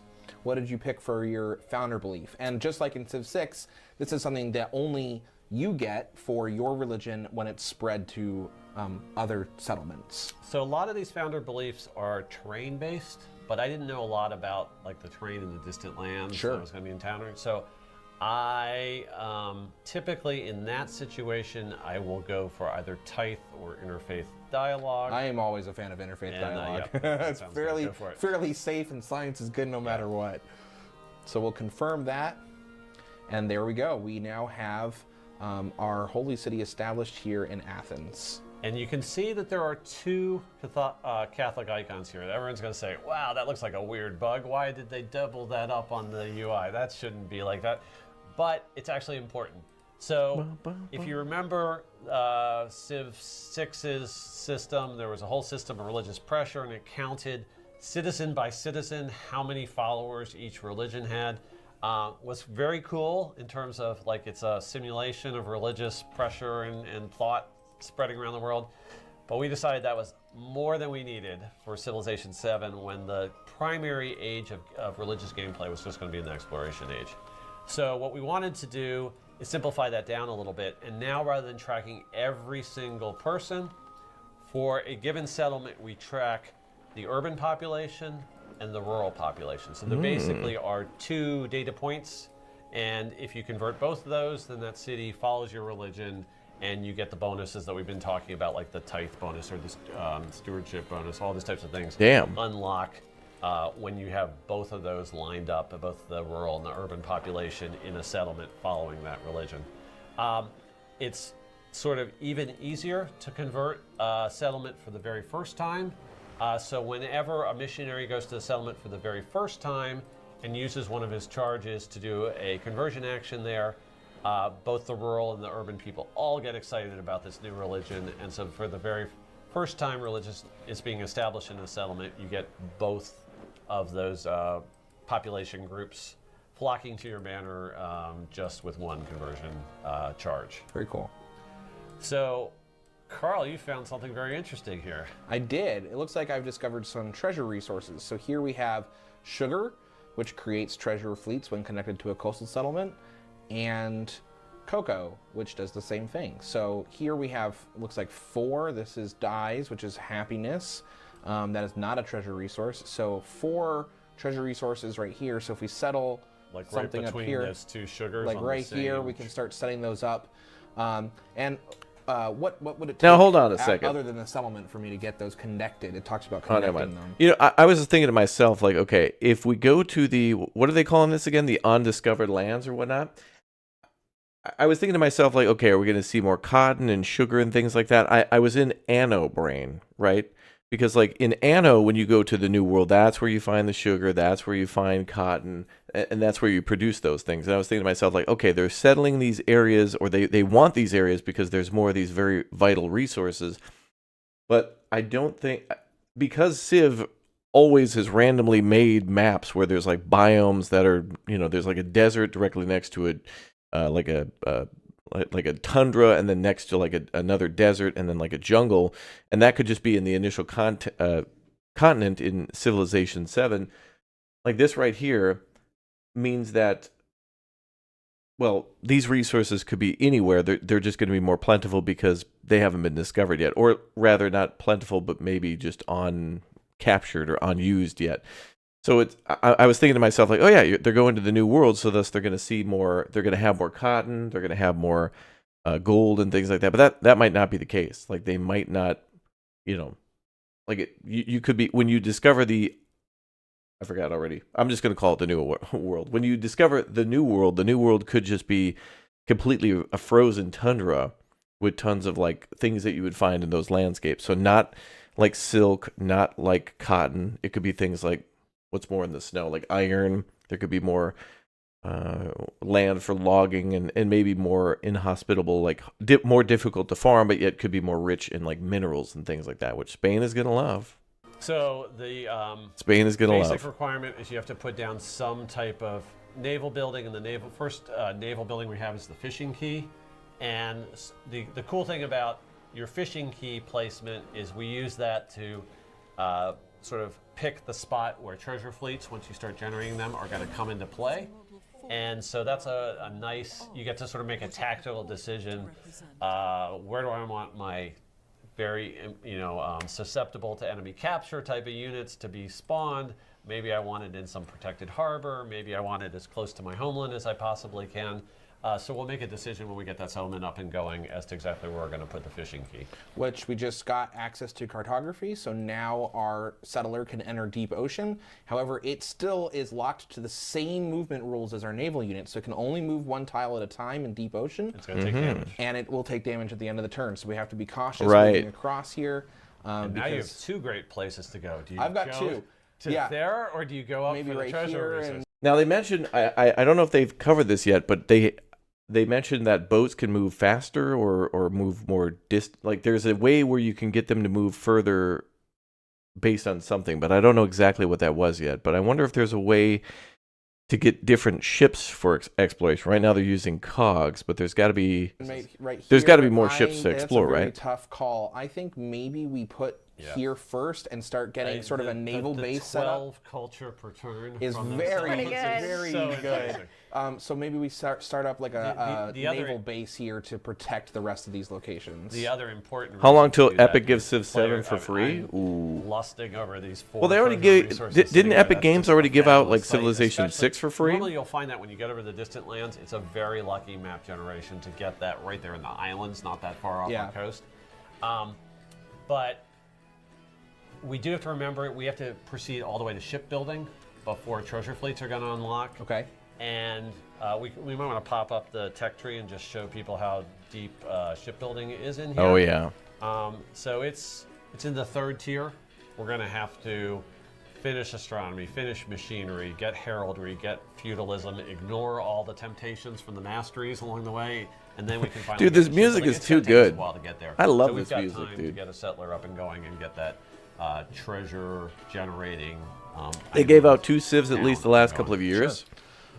I see. On the Epic Game castles Store? and heraldry and feudalism. I only remember on 6, here but as maybe they well. gave So it out seems like 5? right now we're sort of in sort of a medieval period, not necessarily height of the Age of Sail. Kind No, of I don't thing. think That's so. more towards the end of the tech tree here.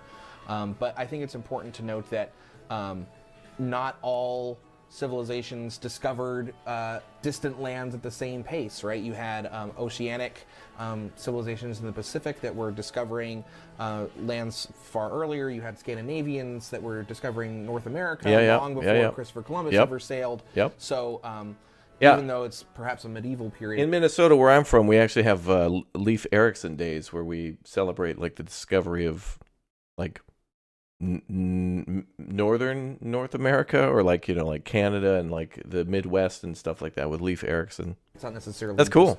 Just He'd love be a the fact cool that leader. realize that we've met Confucius. I'm down Confucius for is leading the any Ming like Empire. notable Ming person was from an history just suddenly absolute being a rock solid. leader. We had to have them in exploration. I don't care. Like just throw them in just for fun. Because of Zheng Throw He, in the Prince. admiral from the Ming, who actually Throw in created treasure fleets hundreds Sid of Meier. years No, before Sid the Meier would be Spanish too did. powerful.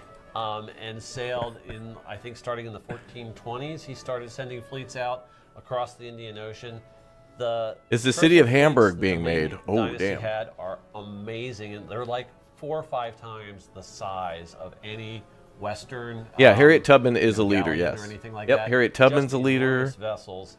And what's cool about the game? They've is showed just Harriet like with a lot of Tubman. our units, I think they've showed Benjamin we have Franklin. culturally unique variants to Like them. actual So gameplay. you'll see the treasure fleet unit looks very different in the game if you're playing as the Ming Empire than if you're playing as Spain. Very cool. And Okay, so treasure just fleets make are sure you know different what those based look on like. the So you're playing in multiplayer nation. and you're trying to capture treasure fleets from anybody else, you know, Yeah. Right. want So to find them. it looks like we have a cool narrative moment. Very cool narrative up. moment. Yeah. I Cool definitely wanna talk narrative about this. moment. So what I just did is I selected to build a temple in our new capital of Madrid, so we can get some religion up and going there. In doing so, I selected to overbuild the altar, which is the religious building from Antiquity. I felt like that was a pretty appropriate replacement. And we get a narrative event for selecting to overbuild our altar here. So workers have stopped to gather and stare within the recesses of a hollowed out altar. The team has unearthed a once forgotten golden relic. So this is because I am overbuilding explicitly, and it offers some really interesting choices here. So if we construct a reliquary to keep the relic, we get a relic. And that goes towards our culture victory without us having to do anything religious to get it. Or we can melt the relic into coins to fund the construction and get +1 production on specialists. And this is a permanent bonus Amazingly good. every specialist for the rest of the I've age. never even seen this. It's narrative so strong. But both of these are really, really good for different victories. So this is really good for the culture victory. This, as we were talking about, you need specialists and high yields in order to get the science victory. This would go a long way for that. What do you think? What should we pick here? Do we want culture or science? I didn't get this when I played through here. Yeah, so I pretty haven't cool. had to make this You didn't- decision. That's Decision, because you didn't select to overbuild your No, altar with the I temple. overbuilt But somewhere. even if you do that, it's not, I don't Oh. think this is a No, guaranteed thing. Right. It changes each the time. way our narrative system works is stories get loaded into the game, sort of a random generation process. So you'll encounter them in some playthroughs, you won't encounter them in others. There are sort of hidden triggers to, you know, it was That is cool, an the exact random requirement event you stuff. I overbuild mean, a temple always to a get fan the of that. story, so you may not hit those. So we've loaded this game with several thousand stories like this. There's so many. There's so many. The narrative team has been working endless hours to get all these stories in. Lots of them are unique. We'll get to conquistadors later in the game. They have some Conquistadors stories. have unique stories just related to them. But here's one that any player could get if they happen to overbuild an Yeah. altar in the exploration age. You know, if it happened to be rolled into the collection of stories that's available in this A particular collection playthrough. of Do you wanna go stories. ahead and- Tough choice. It is a tough choice. Do you want to go ahead and pick the relic, and then we'll take a look at what the let's do relic that for now. looks like? I think that's going to be more immediate. So we'll pick that, and relics do have yields, so we'll go ahead and take a look at that relic we just got. We got one somewhere else. I think maybe from, did we convert something? I don't know. We got it from I think there is something. one on Oh, is it from a Civic? Yeah. Okay, we may have gotten it from a Civic. There's several of the from Civic. Piety. Right. It's from Piety. So when you unlock the Piety Civic, you get a relic immediately. We can see these provide 2 culture and 2 happiness. And that applies only, just like with codices in Antiquity, this applies only when they're slotted. So right now they're not giving us anything, but we can put these into the palace, and then the temple has 1 slot, and so we are able to start getting those yields once we equip them. So we'll go ahead and put each of these into a great work slot here. Right. A perfect amount of relics for a perfect amount of slots. Indeed.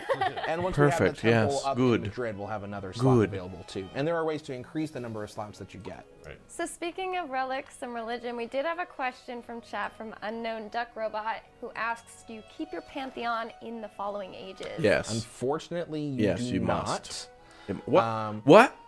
I don't know that we're talking about how religion carries forward beyond I think this. we can say that there are echoes of religion in the modern age. There you go. So That's a good way of putting it. yes. Modern age live stream to come. Yes. But for your Pantheon from Antiquity, those bonuses go away as they are replaced by the organized religions that are being really emphasized and spread during this period of history.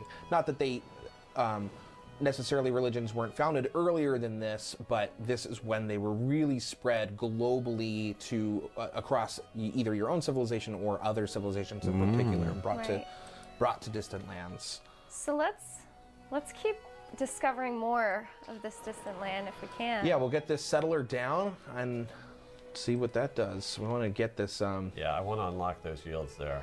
And we've got And a few I want people. to. Oh, we have uncovered someone's Confucius. homeland. Oh, somebody's here. There's Uh-oh. the eastern edge of the Ming Empire. I'm being real risky with this guy, though. He's taken a lot of damage sailing across. I didn't stop to heal. Do you want to try to see if he'll give us open border so you can come into his port? Well, I think we'll sail straight here because this is still 2 tiles, and if I go here, there might be some Land. shallow water that way. Risk it, baby. Roll them We'll dice. Sail down. We've got somebody asking, how do distant lands work with different map types? That's a great Okay, question. yeah, that's a really fun question. So there's a lot of details there. I'm not going to try to go through all of them, but depending upon which map type you select, either the distant lands is going to be sort of a carbon copy of your homeland area, or it's going to be entirely different. So in this particular case, the Terra Incognita map was selected, which gives a nice large continent to begin with, and the distant lands are highly variable and very different than your homeland. We have other types where it's called Continents Plus, where it'll look like this, and you it's a know subscription-based that the distant continent. land area is also going to look similar. You have to We subscribe have to the Archipelago continent. map type, where your homeland is a bunch of islands. Sort of think of Indonesia in real world. And the distant lands is also a bunch of islands. So everyone's playing on sort of the same type of playing field, but it's very, very different than what we're seeing here in this I game. love that map type. There's And also like a shuffle map where you're not sure what your homeland's going to be. Oh, and you know, completely so random. Basically, we'll tell you by the map type what you're going to start with. And some map types you can be guaranteed that the distant lands will look very similar, and some ones they will not. Now these islands that we're exploring in the middle, those don't appear in every map type as well. So for instance, we have Continents Plus, which is what we're playing right now. Those always do have offshore islands in them, but there's also a continents map where there's just a wider swath of ocean to get across, no islands to help you out. It's going to be close enough you can make it, but you know, kind of the support that we're getting from these islands in the middle is kind of missing on those map types. right. So here we have a discovery out here in the middle of the ocean, so we'll try to pick that up next turn. And speaking of islands too, we have somebody asking how island cities work as well. So it's a little bit more of a tight space Ooh. to settle there. It depends. So the islands that we're looking at here are very tight. Oh, boy. We do not have a lot of land to put down your districts, but some of them will have a lot more. So this island being a good example, you can't build on top of resources, but if these resources weren't here, there would be a good number of tiles for us to build on. And it might be a good excuse for a town, right? Instead of a city, and kind of focus that in. And then it also, that's people are like, oh, I don't necessarily like coastal cities, and those coastal buildings aren't that useful. Out on the islands, all those coastal buildings, like the wharfs and the other things that we're going to be unlocking in this age, become incredibly valuable. So you'll want to have, remember that an urban district isn't always on land. Urban districts can be on water. Any district, basically any tile that has a building in it is considered urban. Does he? Wait, hold on. Wait, what? Hold on. Isn't always on land. Urban districts can be on water. Any district. Wait, does he mean on water? Does he mean shoreline, or that you could build like a district on the coast, like Venice type thing? Like, are we building floating cities, or like what does he mean? The wharfs and the other things that we're going to be unlocking in this age become incredibly valuable. So you'll want to have, remember that an urban district isn't always on land. Urban districts can be on water. Basically any tile that has a building in it is considered urban. Right. Yeah, they all have to connect back to the city center. So you have to figure out a way to engineer it so that everything connects back. But I love the buildings going on the water, because they let you do things like extend your city across the navigable river to the other side, across the lake. We have this really cool example in our capital city of the Navigable River inlet here. If we had settled like right on the end of that peninsula, we could have used a water building to get south and to build across. That would have been I've a great done up place here. for a science. I've done up here with 3 Athens, and I resources built next to it. across. Yeah, so that's how we have North Athens across the river there. Right, right. And I don't know if we've talked about this a lot, but we have bridges as buildings in the game. And bridges can go down on navigable rivers, and they're a great way to get your city across to the other side of the navigable river. So we have like another narrative event here with this. We do. I hope we get a chance to build famous discovery bridges. that I've unlocked. So That'd be we cool. can unemployed sailors cluster Just as a and around cosmetic the thing. docks of the port. There are too few ships, too little work, too much time. So I can choose to expand the port by spending 2 turns of gold, which is 220 gold, to get a boost to civic, which could be really good. Or I can get 200 gold. So either I'm spending 200 gold to get culture, or I'm gaining 200 gold. 400 gold to get for a civic boost, basically. Just 200. 240. But you're losing the 200 from Oh, the but other I'm choice. losing this. I see what you're saying. The opportunity Yeah, cost. the opportunity cost. So what I think we'll go for the civic boost. Honestly, we've got tons of gold available. Gotta It's spend that expensive, gold. Not enough. but- Not enough gold, I actually brother. have plans Keep for it that going. gold. So And what did we get boosted? We got a I think we have to notification. advance the turn to get the No, boost. I think the notifications. Oh, there. it's right here. You're right. Civics have been boosted. It didn't actually tell us. Let's look at the tree here. So it was not this one. It was economics. Look at this, like 2 turns. Is that? No, we were already there. I think it might inspiration. happen the next I think it's turn. inspiration Yeah, because okay. it got. So, anyways, Reduced let's there. look at our unique Spanish civics while we had that up and we're Sure. talking civics. So we were talking about how every civ has a unique civic tree. You've created a bunch of these. Why don't you talk about how you kind of came up with the, how many nodes they should have and how involved they should be? Sure. Well, that was an ongoing process. Trial and error, figuring out what worked, what didn't work, what looked good, what felt good. The goal here is to have an interesting and engaging tree of approximately 3 to 4 civics. Mastery is optional for every single civilization, and this is where a lot of your unique content unlocks. Not your unique military unit; those still come from Armada, because those are typically replacements for other units. But this is where you get your traditions, your unique buildings, or tile improvements, and you can get access to your wonder. You can get it the normal way through text or civics, but you can also get it. gonna need Typically a notice faster way. pop up Typically. And we had the on what was question before boosted, or about that's gonna be movement irritating bonuses. looking I up think every if you look time. under Ooh. Armada, Maybe we there's can an see option some to turn that on. bonuses. Maybe there's more The options for flotilla notifications promotion that lets you pack pop more up for units you. into the Armada. We'll have to and see. then there's a mastery here that lets land units. I haven't looked moving into that across yet. To establish settlements over across the oceans. Right. We're going to get more movement with embarked. And this changes for every single civilization. So many of them have this format where it's sort of like one into 2 others. Some of them are 3 or 4 in a straight line. Some of them are much taller, and so it branches out into a not big all of them stack. have masteries, Not like all this of them have masteries. The more culture a civ has, typically the more masteries or civics it has to unlock. Not every case, but that is sort of a standard rule. But the order of how you unlock things here is definitely a part of every Civ's balance, and how quickly you can access some of their more powerful things are part of that. And that's something to keep in mind. I think people are getting a sense of this when they look at our Civ guides that are going up on the website. But one reason we're doing Civ guides is Civs are really deep now. They have a lot of things going on with them.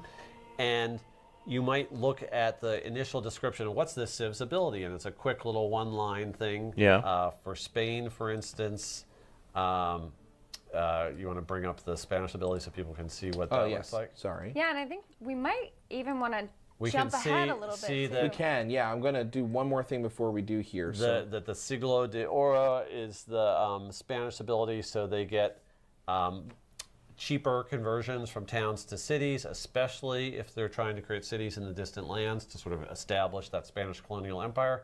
But that's just a really small bit of the full abilities that Spain unlocks once they get through their whole unique culture tree. There's a lot more to each one of these. Yeah. So the last thing that I want to do here is we have Toledo, which I believe in our later Holy Toledo! A different name. I think It's it was Barcelona. Oh. And that's just our random city naming system. But what I'm going to do here is go ahead and start spending some of our gold. So when you first settle a town, you will get a growth event. Do we have one up? No, it has to. Oh, we did. I selected right here. Yeah. I already did the growth event. So that allowed us to expand out to pick up the fishing boats on the Pearls. We were able to assign that to our capital. That gave us access to this, so we can start expanding into Thera on the next turn. The more growth events you have immediately, the more you would be able to jump out and grab tiles or grab resources. We could pick up this fish immediately, but we can also buy things here right away. So we cannot buy settler. You see there's no settler on this list, and that's because you have to have 5 population. Buildings do add a population though, so if we buy some of these buildings, we'll start to increase that population and maybe get the ability to buy settlers, and then rather than having to sail them all the way across, we can launch them from this city. Also, you can choose these buildings to expand towards taking advantage of that being and the pick base. Up those yields even faster. We can get food buildings that are going to give us growth events more rapidly. So there's lots of cool strategies you can take. Absolutely. With the, And I think when we do load into that second save, we'll be able to see some of the effects of this building on this town too. So now I've put down the temple. We could do a missionary if we wanted to. Because we have the belief where we get to it also acquired immediately get our religion in any distant land settlement that we have created. So we started to establish ourselves out here, and I think we can go ahead and jump forward, and then we'll see what it looks like much later. So we're going to jump, I think it's close to 50 turns later, and you will see the Spanish colonial empire up. What do you think of the trailer with the sword through time? Oh, that's actually the intro to the game. So the, which the townspeople I guess was okay, but Madrid are going to be cheering when they see those. I don't know. I wanted to see. Come to think of it, it's like starts with somebody farming. With Confucius, though, because then I don't know. There's some stuff with the desert. Then they're like into what looks to be World War I or II.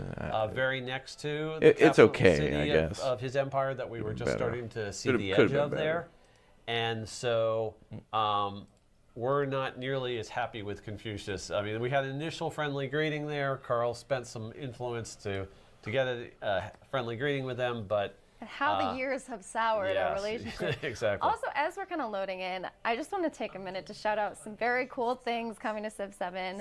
Let's talk about cross save. That's new, right? Yep. Which is extremely exciting. We also have crossplay, which is new, and really want to shout out too that Civ 7 is coming day and date to PC and console for the first time ever for a Civ game, which is a huge. So that's going to be a co-launch on the 11th. Took us quite a while to But get remember, Civ you can get 6 this out on to all the February platforms 6th for the today. extra extendo Give Us More Money Keep wanting to edition. Emphasize that all those players that I started hate that. in with the Civ franchise on a hate that. PlayStation, on an Xbox, on the Switch. We feel like they're part of our family now. We don't want to forget any of those. When Civ 7 launches in February, and we're also excited about that, we want everyone to be able to enjoy that excitement. So there's a lot of hype. doing to make all A lot of hype and platforms, excitement. You know, home base for any of our Civ players. Yeah. let you play with other people who might be on different platforms. So we have more to talk about that, but the crossplay and the saves being compatible across the different platforms is a huge part of that. That's sort of the first big announcement for that. Yeah, that's awesome. All right, so let's hop back in here. I think we've jumped ahead a little bit. What has changed? We're about to turn 50 Does here. this We've game allow you to explored a grow lot more, so if we just sort of through pan each our map, age, we can going see here's from Barcelona, Stone Age to Nuclear which Age? we were This one talking about has now previously. We the have Age these of Antiquity glorious, all the way up to the Modern Age. Yields here, 12 cultures. So yeah, it's kind of like we've settled our treasure fleet. not like location, ancient and history. we've settled another like one over here. This is sort of times where the beautiful Romans bay and the that you can Persians see. have already been kind of well sailed up to this established, bay. I felt all the way like up I was to Captain John Smith, like World War One, World War Two, and then back in the day, because I was just seeing the Age treasure of Space. resources left and right. There's chocolate on one side of the bay. There's sugar on the other side of it. There's a little navigable river connection into an even deeper bay right here, where there's even more chocolate and sugar. which there's another Chocolate and sugar everywhere. here, because just like in It is like the New World. city Look at all that water. centers count as canals.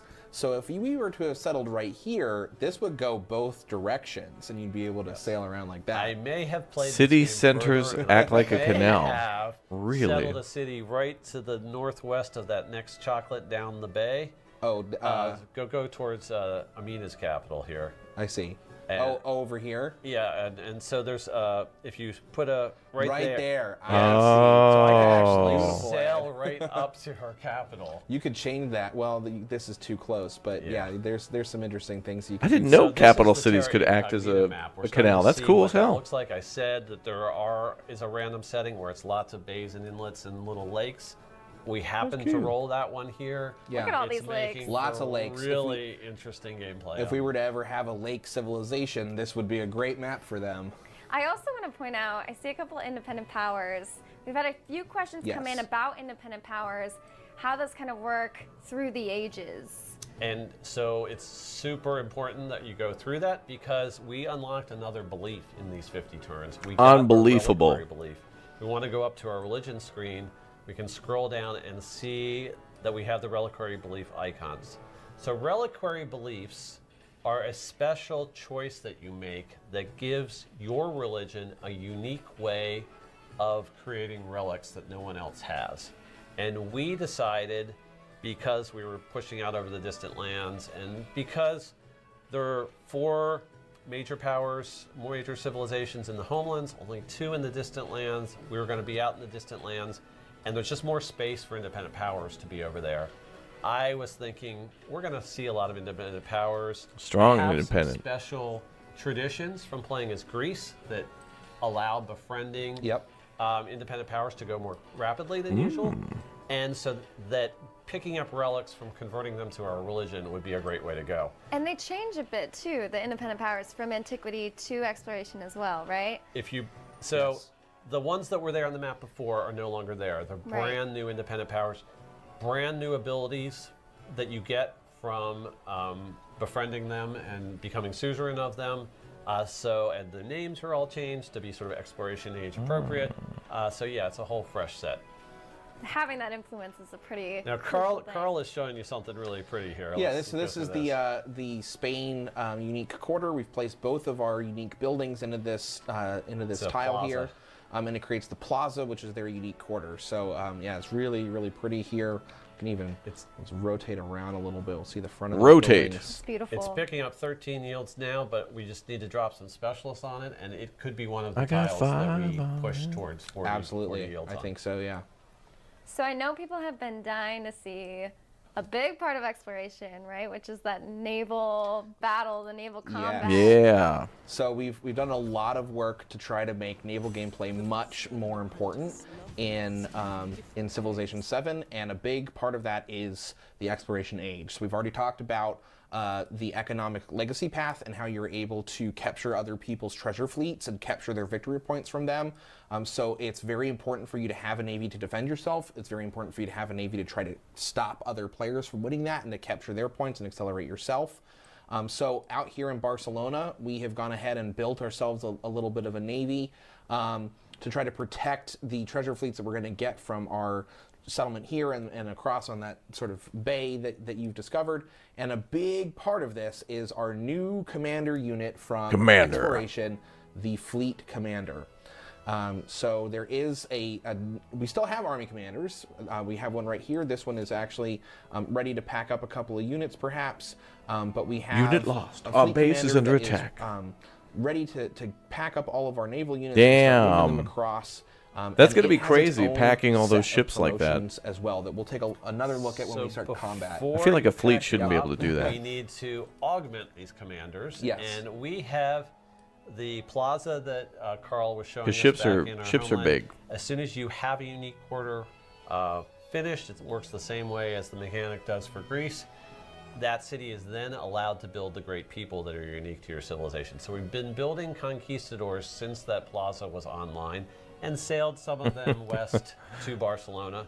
And we have Ferdinand Magellan as the first of the conquistadors. Carl, you want to show us what his ability is? So Magellan can be activated in distant lands on a fleet commander to give it +2 movement and +2 Oh, there sight. okay, that's So what we it have is. to move this guy That's over what they to our mentioned commander earlier here. about how You to can make see that Magellan commander currently only has 3 movements. as a commander to then If we link all select those ships Magellan, we are together. able to Okay. activate that. And the So that question seems is, kind of how balanced do because you I was get thinking more like, how the hell are they movement? going to make This it so is all one the of ships Has can gone up to move, 3 out of 5. This will refresh to 5 out of 5 next turn. you know, because very the turn's fast? already But started. with Magellan, it makes Missing sense that because then they have to be initially. locked into that. And we'll army. go ahead and pack up our naval units here. I think there are 3 Carracks. And look at that beautiful fleet. And we'll start. I think that he still has his 3 movement. The other units that he packed, their unit or their movement has gone away, but the commander still has their movement. And now the commander is really driving this fleet forward. Yes. Yep. And Ooh. similarly, we have a conquistador who's over with that army commander. So this is Miguel Legazpi, who was the conquistador who conquered the Philippines for Spain late towards the end of the 16th century. And his ability lets him sort of basically get an instant army packed on up, ready to go after a distant lands. Well, actually, anywhere you want to use them. Well, that's powerful. Yes. Very. So we'll go ahead and fill this up. We get 2 range units and 1 infantry unit. And now if we select this army commander, we can see that those units are in there, and we will embark the Isn't a army fleet just commander multiple to ships, like follow 4 or our fleet 5? so that we can launch an amphibious Yeah. invasion. And we have a missionary there because I guess I was thinking more like large scale, like modern Barcelona has era, flipped. I where think I'm Second thinking D-Day with, Confucius, like, who's established Probably. you know, Buddhism there. destroyers, So we cruisers, have one missionary who's transports, defending all our that faith stuff. in Barcelona. Remember, for those non-sufficient orbis points, distant land settlements like Barcelona are going to score us double points if we can keep them converted to our religion. So it's very important for us to do that. There's also a missionary to the northwest of the main fleet that's headed up to our new city-state ally of Damascus, because if we can convert Damascus to our cause, We'll get those 2 relics. we'll get those 2 relics, and that would be certainly nice as well. I do have a quick question from Call Me Dale. Are your home continent resources counted as treasure resources for people from distant lands? That's a really good question. It's not true currently, but we are looking into potential ways to make something like that work. Okay. Very interesting. Yeah. So we had another narrative Very. event, which We did, yeah, that one was a Narrative choice between event. science or culture. I went ahead and picked science to try to tech up a little bit here. And speaking of science, we have finished shipbuilding, so that makes a bunch of changes. First of all, we've been going right across those deep water tiles. If people notice, we're no longer stopping on each one of those. Likewise, The generally things good cheap. other thing it does is it allows us to start generating treasure fleets. But treasure fleets take a little bit of time. They don't pop out immediately, but we can go to our resource screen and we can check to see the progress of treasure fleet generation in our settlements. We will see that our 2 distant land settlements are either 1 turn away from a treasure fleet or 5 turns away. And one of them is going to be worth 4 treasure fleet points, and the other one's going to be worth 3. So we will see a treasure fleet very soon. And They're very pretty. Selena Gomez TFT asks, are treasure fleets automated or do you have to manage them? So it is automated that they are created every X turns. You don't have to like queue them up in the production queue or anything like that. That part's automated. But once they get on the map, they do not work like trade ships or caravans where they just sort of automatically path. It's too important to the gameplay of this age, especially in sort of a multiplayer situation, that you can, you know, carefully decide. Trade fleets when are you automatically have made, other which makes me think, fleets okay, around there to must be protect ways to them, modify when the enemy's around, how when quickly it's they not could be around, made. So you control their movement entirely. Got it. And then when they get home, there's a special unit action on them to unload cargo, and that's when the points get cashed in. Do those units disappear when they're cashed in? And have to be Nice. remade, so or we're what? trying to turn our city back Yep. to Catholicism here. Is there a hard Right, cap on so, how many we get? We do have. Wow, so Confucius has sailed up here. I think he might be moving on our treasure fleet no. that will spawn in one turn. How did he know it was about to appear? Well, he's just timing it out, I guess. So we want to try to defend that. So we're going to unpack these, and we'll get to start attacking these. We'll declare war. Yeah, declare war. We'll first, declare yeah. war. Well, I'm going to unpack first so that I'm not dealing with zone of control, and then I will declare war. But before I do, I want to check in on this fleet commander's promotions to see what it is that we're working with, so we know how that's going to impact what this battle is going to play out with. So we have 4 promotions on this fleet commander. And we notice immediately that while we still have the 5 trees and the 5 commendations, that these are a little bit shorter trees than the army commander. And that's because you're getting these later in the game. You've had less. Oh yeah, I combat with forgot all them. about this. We They want you show to the be able to fleet finish the commander trees a little stuff bit in faster as a the result. in the So modern there's stream as one well. less promotion in each tree. We do have a random promotion in the middle here. This is It's not random. It's well, comes from. I mean, it's not from, like, we don't have anything prerequisite promotion to unlock it. This is from our unique civics as Spain. We get this flotilla promotion, which. Well, that's a good question. Do you, Armada, do you need to be at Exactly. war So to that gives take a us 2 treasure additional fleet? unit I don't slots even know if for they 6 answered total, that. And I haven't done package treasure with this fleets commander, yet which is in really my cool. gameplays yet. And then on the bombardment tree, we have shelling, +3 combat strength for naval units when attacking land units. Spotter, +1 range attack distance. So that is really, really powerful. As long as our naval units are within command. Within the command, this is all radius within of the command radius. Mm. And then we have gunfire support. Naval units within the command radius have the splash ability. Enemy units in tiles adjacent to the target take 50% of the total damage done to the target. This works everywhere. It works on naval units. It works on land units. Anytime you make an attack with a naval unit with this promotion, you are dealing 50% of that damage to all enemy units in adjacent tiles. It's very good. Carl's favorite promotion. It's, I designed it, so it should be. Confucius better watch out. Yes, indeed. And so this is one of those things we were talking about where we really, really wanted to make naval gameplay extremely important. If you have a fleet commander and a fleet sitting on one of your cities attacking you with this, it's just going to decimate you. You have to target it. You have to defend yourself.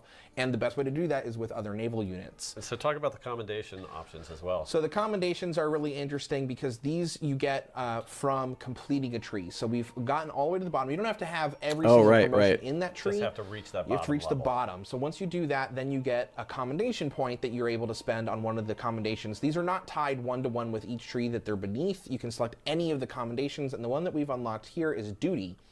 Gain the heroic assault ability, deal direct damage to a unit in the command radius that has the same domain as the commander. So in this particular case, it's a fleet commander, so it can only attack naval units, and this is direct damage. This is not combat strength. There's no calculation that happens here. It just does an attack that just damages that unit. It's very, very And strong. then it goes on cooldown for a while, I think.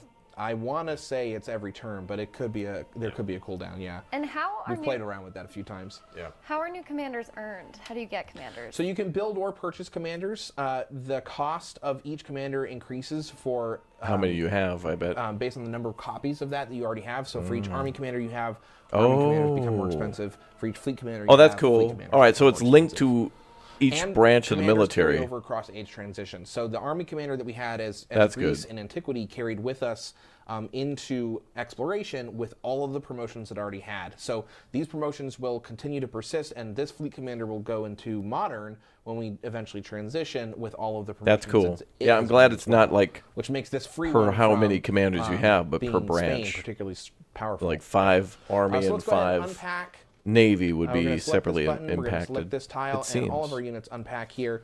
They do have no movement. There is a promotion that lets us do that on the Army Commander, and it is also on the Fleet Commander. I believe it's one of these two. So reinforced hull, naval units within the command radius take half reciprocal damage when flanking. That's not it. Weather gauge, naval units within the command radius can move after unpacking. So this will let those units have their movement as soon Damn, as they that's unpack. OP. I don't have that right now, so I'm not going to declare war because then he'll attack these units. Roll up before and they get a completely chance to attack surround an first. enemy. Yep. So we'll go ahead and skip that combat and do it That's next turn. crazy, We're going to dude. sail this guy over.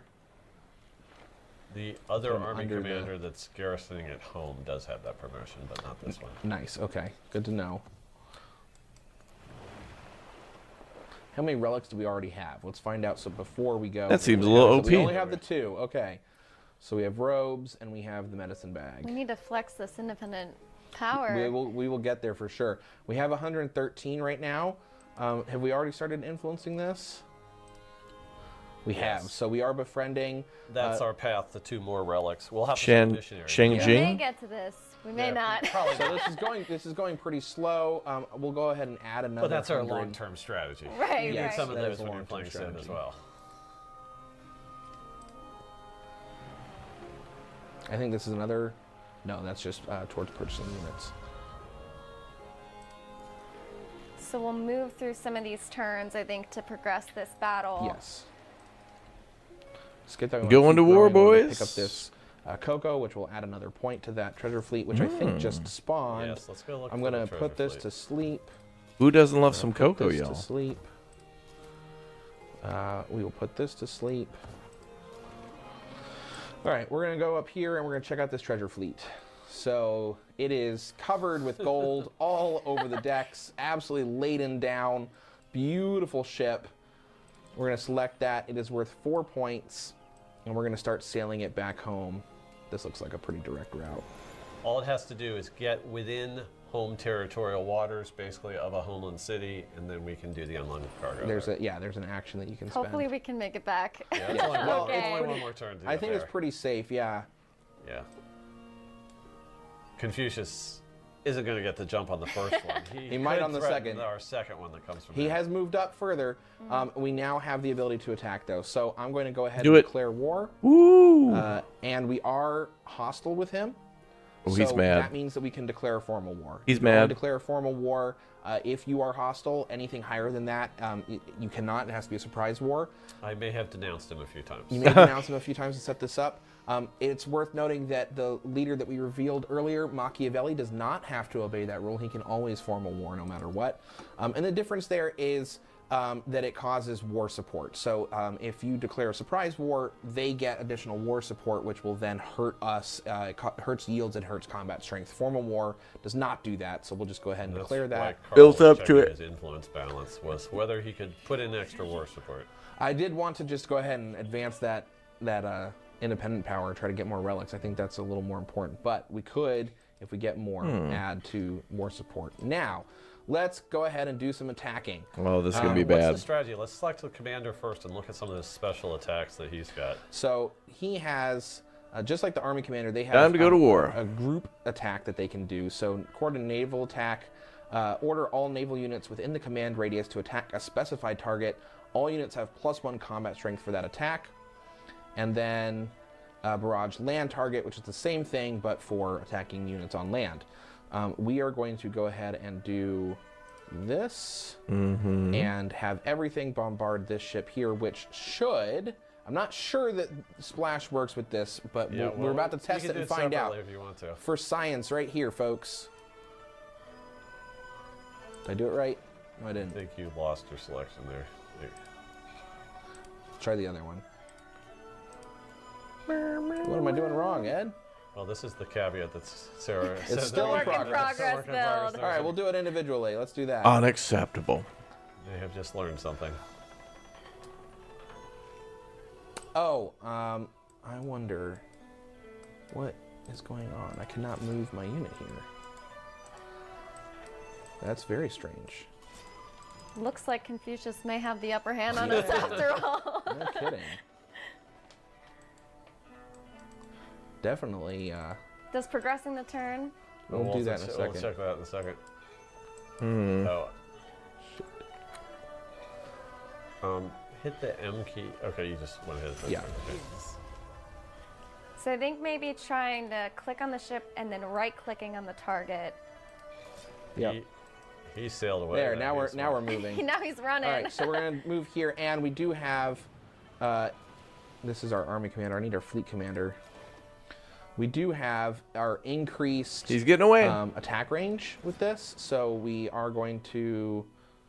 But these are probably melee at this point, so we're gonna have to just chase after him here. While we do this, we do have a question from chat. Is there a limit to commander amount? Not a hard limit, no. But because they get more expensive with each one you build, they do become prohibitively expensive. And remember to give them most of their power comes from the promotions. The promotions is always earned from combat experience. They can both pick up, like if you're fighting around the town and you have 2 or 3 commanders there, they will each get a share of the experience that's earned. But it's often hard to get 3 commanders all promoted at the same time. Sometimes just having one around is a more efficient way to get them up to the Locked out. levels. Is this a Microsoft product? So we did Exactly. get our 2 new relics from Excellent. converting that, so those were immediately slotted in. Okay. That's nice. So if they'll automatically slot if you have the slot available. Yeah. Yes. They are generated at that city state, and then the game looks for basically the closest temple. Right. And just automatically puts them in there. So we made our treasure fleet home. And Wow. Let's B is within our borders here on the coast. It's right next to the Colossus. And It's very appropriate. We are going to unload cargo, scores treasure fleet points, awards gold, and removes the unit from the game. Let's go Oh, ahead and so it let's does check this real quick. We'll see despawn. how many points we get. We are nowhere on the path. Here we go. This is what I wanted. But notice So that Ashoka already has scored some treasure fleet points. So he's already progressing here, probably on the other side of the continent. He's sailing around the other way. remember he was on the eastern edge of our continent. Yeah. He's probably going to whatever ocean is east of us, and found some islands, or maybe the other side of the Ming Empire, or the empire that Amina has over on that continent. Yeah, and is definitely already scoring points ahead of us. So we need to start going here. So we got +3 points there. So now we're tied with him. And I believe we get some gold here as well. Ooh. 200 gold. 200 gold. That doesn't seem like a 300. lot for going all that Far away way. from the screen here. Should be a multiple of 3 though, because there was 3. That makes Treasure sense. fleet. 300 gold because 3 points. Oh, 300. Minor Will 1 from chat, by the way, asks, can you capture other civs treasure fleets? Did they change how Not relics war with work? them? That There's I not. need to. That'd be a cool see more special of. ability for some civ that was very good at piracy, but we don't have anything like that in the game right now. Oh, an eruption. Like I said, that volcano just makes keeping that mine operational just nigh on to impossible. How are you looking at with battle here, Carl? I'm going to try. They're still kind of far away.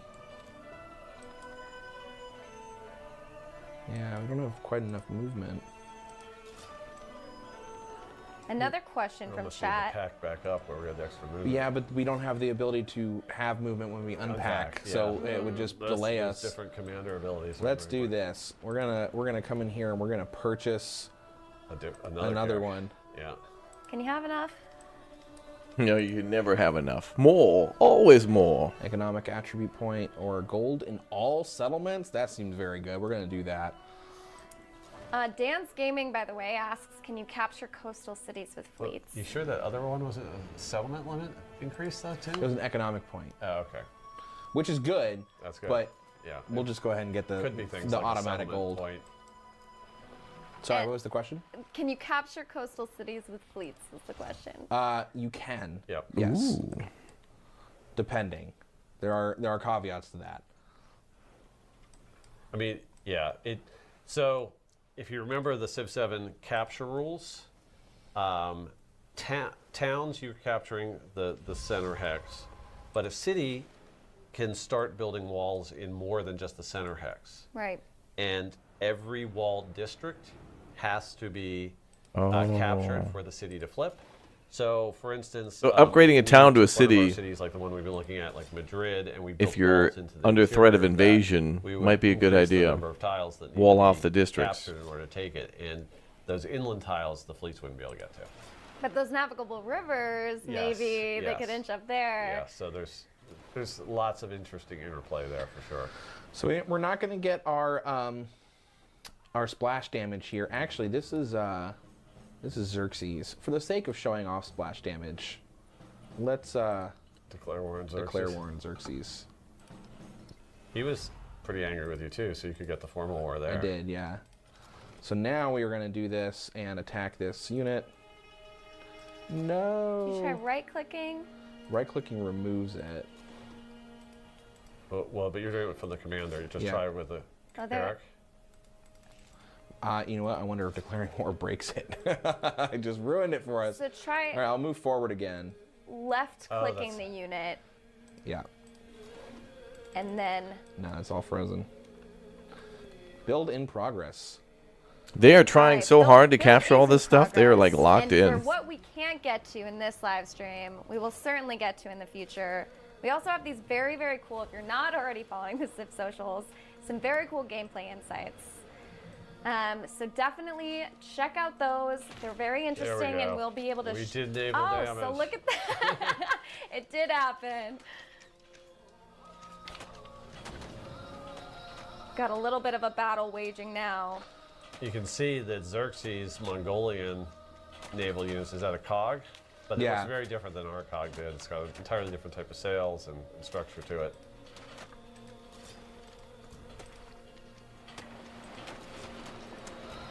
All right, I think Sarah's I gonna think pull that the plug about- on Carl's Yep, naval that's battle. fine. That wraps us up, though I'm very glad that we were able That to was a show pretty island, though. our Civ That really Master a makes me little think of taste Anno naval 1800. battle. And we'll be going into more battle, too. We have a lot more dev diaries planned, which is very exciting. Again, I agree. Very exciting. Okay, so there's more to see. We're going to jump over to another stream from just before and see what this is about. And welcome to the Firaxis live stream. My name is Pete Murray. This is a Firaxis live stream. Good afternoon, everybody, and welcome to the Firaxis live stream. My name is Pete Murray. I'm going to be your host today. We have a very exciting live I met stream him. to share with Pete's you today. nice. We have some special guests. We're going to talk about the Shawnee and how they are in Civilization 7. We've got some. I believe new this is a gameplay to pre-order share with bonus, you. too. And, But I'm joined extra today by extendo Civilization gameplay 7's lead historian, bonus. Andrew Dawson. Andrew, how are you today? I'm doing well, thank you, Pete. It's exciting to be here. But we have some very special guests visiting us from Miami, Oklahoma. We have Carl Meyer from the Shawnee Language Center, a technical specialist with them, and Chief of the Shawnee, Chief Ben Barnes. Thank you both so much for coming out. Hato Chief, Hato Ben, or Hato Carl. See, I told you this. How are you guys today? Good. Amazing. Yeah. Very excited. And joining us is Civilization 7's creative director, Ed Beach. He's going to be walking us through the gameplay today. Ed, how are you? I'm great. Excellent. Well, I think the best way that we could kick off the stream today is by showing you guys. You can have a soft cap on the number of cities. Yeah, yeah, it's not a hard cap. You're okay. Tecumseh was a Shawnee chief who spread a message of unity and resistance among the indigenous peoples of the Americas. He was a major anti-colonial leader during the United States' early westward expansion. A hero to many, Tecumseh favors diplomacy with leaders who support, rather than suppress, independent powers. Friendly relations with those independents give some helpful bonuses towards settlement yields, and incredible military power, should the need arise. Tecumseh's historical Shawnee stand out among the new civilizations in Civ 7. Damn, this music's good. All The civilizations Shawnee and leaders have people great built music. flourishing, adaptable societies around rivers, making them an excellent exploration age pairing. So keep an eye out for rivers when establishing your next settlement. Or choose a different path all your own.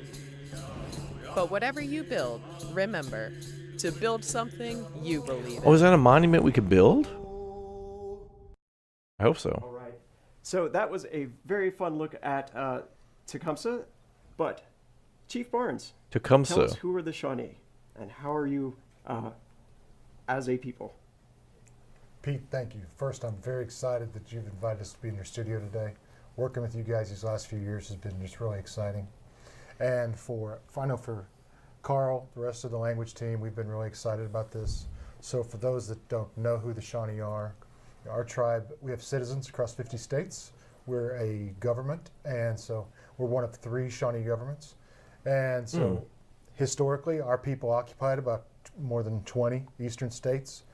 One of the first Indian agents here in the United States, he described the Shawnee as the greatest travelers of America. So for a lot of folks in the eastern half of the United States, the Tecumseh and the Shawnee are fairly well known. And across North America, I think Tecumseh is even more so well known because of his involvement in the War of 1812. Our Canadian brothers and sisters know more about him than we do. They don't really teach the War of 1812 very much in U.S. schools. But I think for indigenous peoples all over the world, Tecumseh is one of those role models that embodies unity and coming together. And so it's reflected in the values that your team's put together for his leadership abilities. And we're really excited.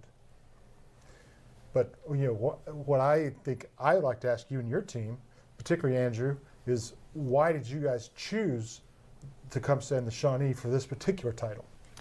Yeah, when we were first trying to That's a figure real out monument who found in we might Ohio? include Oh, the little, is that a in burial mound? SPEC, It looked like it had like we a got a snake list on of, it. It looked really cool. 50 to 100 different historical figures and tried to really piece out where was a good angle, where was a good story that could be told with each one of these figures, and looking at different regions of the world. In North America, Tecumseh was one of the names that immediately comes to mind when you think about indigenous North American leaders. And then the story, too, seemed to fit really well within I want to see the Ojibwe. I like what I like what Age of Empires 3 did with native tribes. They had like 4 or 5 of them, and there was like a DLC for it too, which was really interesting. Or imperial expansion, but is rather more diplomatic. It is Serpent Mound. Oh, cool. And as well, I found the story of Tenskwatawa also compelling too, in that this was a religious movement as well as a political movement. There's 2 sides of the same coin.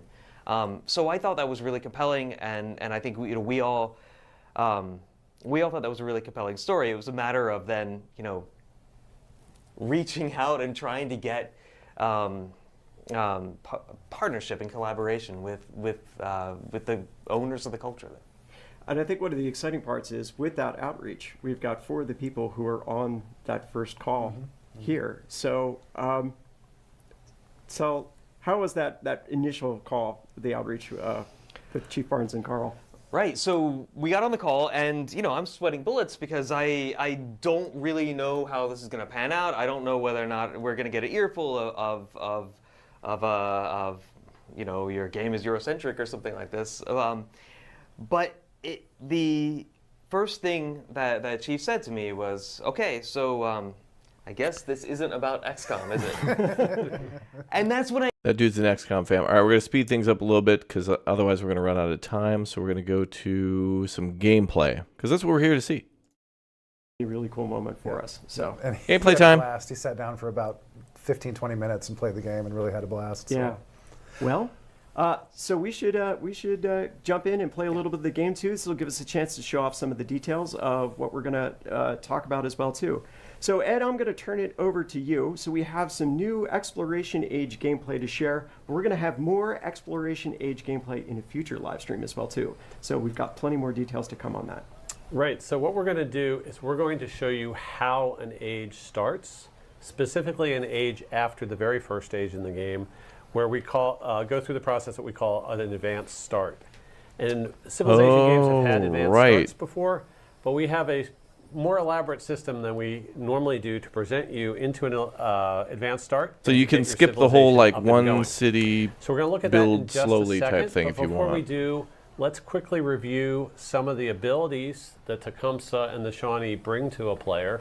There's some tricky words to pronounce here, so I'm going to have Carl help me with the leader ability. Absolutely. We've got Nichaki Koulakwe. Damn. Which is reflective of Tecumseh's ability to unite tribes and peoples together. It actually means something of all of our relations. Which is entirely appropriate. And you can see that combat strength is going to build with the more native words city-state are so partners cool that Tecumseh has been able to recruit to his banner. And it's also going to increase the productivity in terms One of the best food things and about production of the settlements. Now, the other thing Minnesota is that focus there's a on lot of is places the that still have Shawnee's native unique words. ability. Again, I'll let Carl pronounce that for us. We've got Nepaki Thaki, we've got Kispako Nenato, and we've got Ho Chepkilini. Okay, and the Nepaki Thaki is That's cool. their ability to settle near rivers and be very productive in those types of situations. Now, the Shawnee homeland that we represent in the game in terms of where we've chosen So their navigable capital, you'll see in a rivers minute, gain plus it 2 is, food. Chillicothe, which Shawnee is a town in Ohio. infantry unit.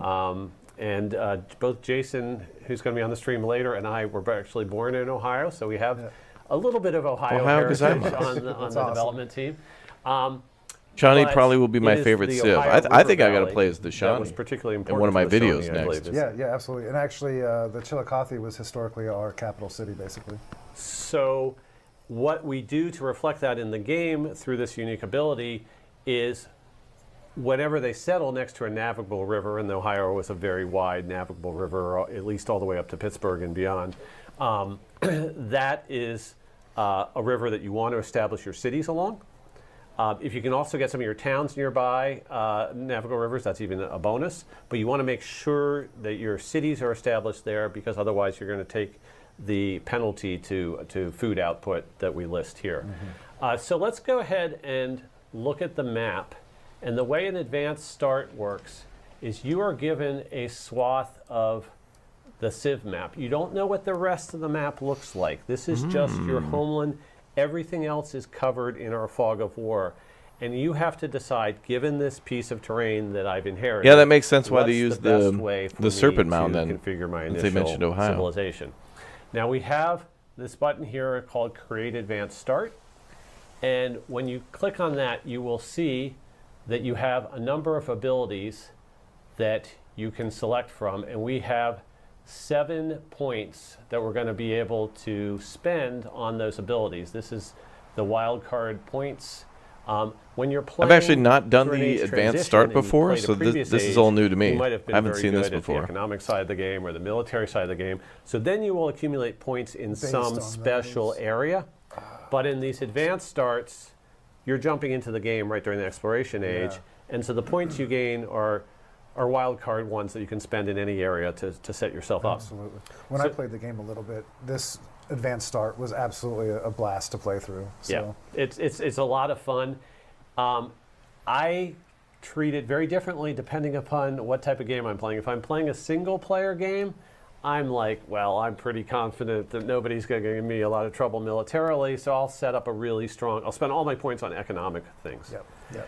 But when our design team is playing in-house and we're playing multiplayer, I have some other considerations to think about. And so some of these, Carl's in those games sometimes.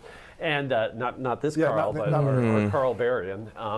And so some of these red legacies that I can choose. Do I have to give me early military access? I power do, yep. Might be a lot more appealing to me in situations. So just to go over that again one more time, we're not allowed to stream the game at the moment, but I've been playing a bunch of Civ, and I played Civ 7 last year too, back in August. The game seems really cool. They've done a good job of making the map and the characters look good. In order to really know, if I like, I'm going to like this game a lot, but I think, for people wanting to compare this to other ones, it's going to take quite a lot of time, and multiplayer games too. Not too many people have been playing multiplayer yet, except for internal, like, studio games at Firaxis. So, like, the game is almost here, but we haven't yet had a chance to do everything, and we're not allowed to show everything. So we can't show, like, the modern age yet. We can't show, only the first 2 ages. There's certain cultures we can't show, or civs and leaders and stuff that we can't show yet. But I think that's because Firaxis might be doing another live stream between now and the launch of the game. So they probably want to do more streams like this, where they have control themselves to like be the ones to debut those things and answer questions themselves, which they're the ones making the game. Makes sense that they'd be the ones to have the best answers. But yeah, pretty much at the beginning of February, the floodgates will open, and then you'll see all the tons of videos on everything related to the game, military, end game victories, speed runs, that kind of thing. We'll also So that'll be notice cool. that some of them have So soon we'll be able to have symbol next to unrestricted them. So showcasing of the if I game. want to place a city, that's going to take 2 of my 7 advanced start points. Absolutely. So that's more expensive. And we've had a lot of debate back and forth on the design team. What's better? You can upgrade a town to a city by just spending money after you have it on the map. And everyone's like, should I take a town card and then just upgrade it? That's giving me a city anyways? Why should I ever spend 2 in the city? But the way that the design team has balanced this out, if you put a city down, it gets a lot of free buildings around it. And you get some of the better buildings from the previous age, the libraries and academies and things like that, get pre-placed for you. If you put a town down, it has a lot fewer of those buildings. And so A little bit more rural. yeah, so if you know you want a city, I always find it's best to just put a city in right away. I think when I played, I went with a city and a town. Right. And so what we're going to do is we're going to look at this map and try to decide how many cities and towns we want first. So we can click the View Map button and go back and look at it. And the really beautiful thing about this start is there is a second wide navigable river down here that we can settle next to. Now, Ed, can I interrupt you for a second? I'd just like to point out that all these rivers on this map are all Shawnee names. And I think that, as somebody that works in the language department, is absolutely amazing. I love it. So this is the system that we that's first the name of put the in river. Civ 6 with the Gathering Storm expansion, where we started naming geographical features. We named volcanoes. So that's an we named African storms flat plain. after some citizens. And the name of that river is that the storm may have arisen in. Plewa One of the Fipi. really fun things was naming rivers, and it's set up so whichever player in the game, the same way that Civ 6 works, whichever player in the game discovers the river, that culture gets to apply one of their names to that river with a little bit of randomization. Yeah, amazing. And the Shawnee knew about that's- Africa? Yeah, They do we now. love the fact that that's coming through here. So we got a question for Chief Barnes. So White and Nerdy TV would like to know, what's your favorite part of the new Shawnee Civ? Is it unique abilities? Is it unique units? Is it the tile improvements? I don't know. I have to say it's probably the language and the music. Seeing that featured in the game, it's really, really impressive. The work. There was so much work that went into it. We have an archaeologist on staff at the Tribal Nation, and seeing what they were able to provide you guys so we get the models right, it's too much to just put one finger on. That's cool. But what I'm looking for most Detail is the good. big land party whenever this rolls out. Oh, they're gonna have a land party. So we got another question from Robert Lay. Why was the whole Serpent nation's chosen going to be as the on Shawnee's associated a wonder? land game. Oh, that's because the age of the Serpent Mound and its geography, in the time period that the best archaeology suggests puts it in a Fort Ancient context in the late 1200 AD, 1200 CE, 1300 CE, and given that it's on the Ohio River, that the most likely descendant community is the Shawnee people that built that site. Yeah. That's actually my favorite part of what's in there is Serpent Mound. Well, we'll get to see that in our save later on. So, Blondino Sauce would like to know, question for the Shawnee guys, did you have any input on the actual gameplay mechanics or the abilities of the Shawnee in-game? Oh, I bet they did. Actually, yeah, I bet they did. Wrote up a list of possible abilities right off the bat and headed it over to the Firaxis guys, and they took a look at it, and we went back and forth several times and kind of worked out a few of the abilities. So, And I think because we were Civ players, it gave us that ability to understand what we were trying to do and what we thought we might be able to do. Absolutely. We were already speaking the same language with you guys, so to speak, as far as game mechanics, and I think it just helped us kind of gel and actually get involved pretty. And we were comfortable right off the bat. I mean, that first Zoom call, you obviously knew what Civilization was. You knew enough about Firaxis products to talk XCOM as well with us. So we were like, we shouldn't be making the initial suggestions. Let's take it from you all. And that meant a lot to me personally, so thank you guys. So. No problem. It was great for us. That's cool. All right, so Ed, where are we going to go from here? So what we're going to do is, looking at this setup, we're going to try to decide how many towns and cities we think we are going to go out of those 7 points that we get to spend. I absolutely want to put a city right down here on the second navigable river. And then in general, you always want to settle towns along rivers if possible for the fresh water that they have. Right, for all the... a similar system to what we had in Civ 6, but now it's a happiness I want a penalty big that you take. river that then if leads you into a don't big have inland fresh water. lake. That's So what I think really want to to see. the west of Chillicothe along the river we have up here is going to be a great place for another town.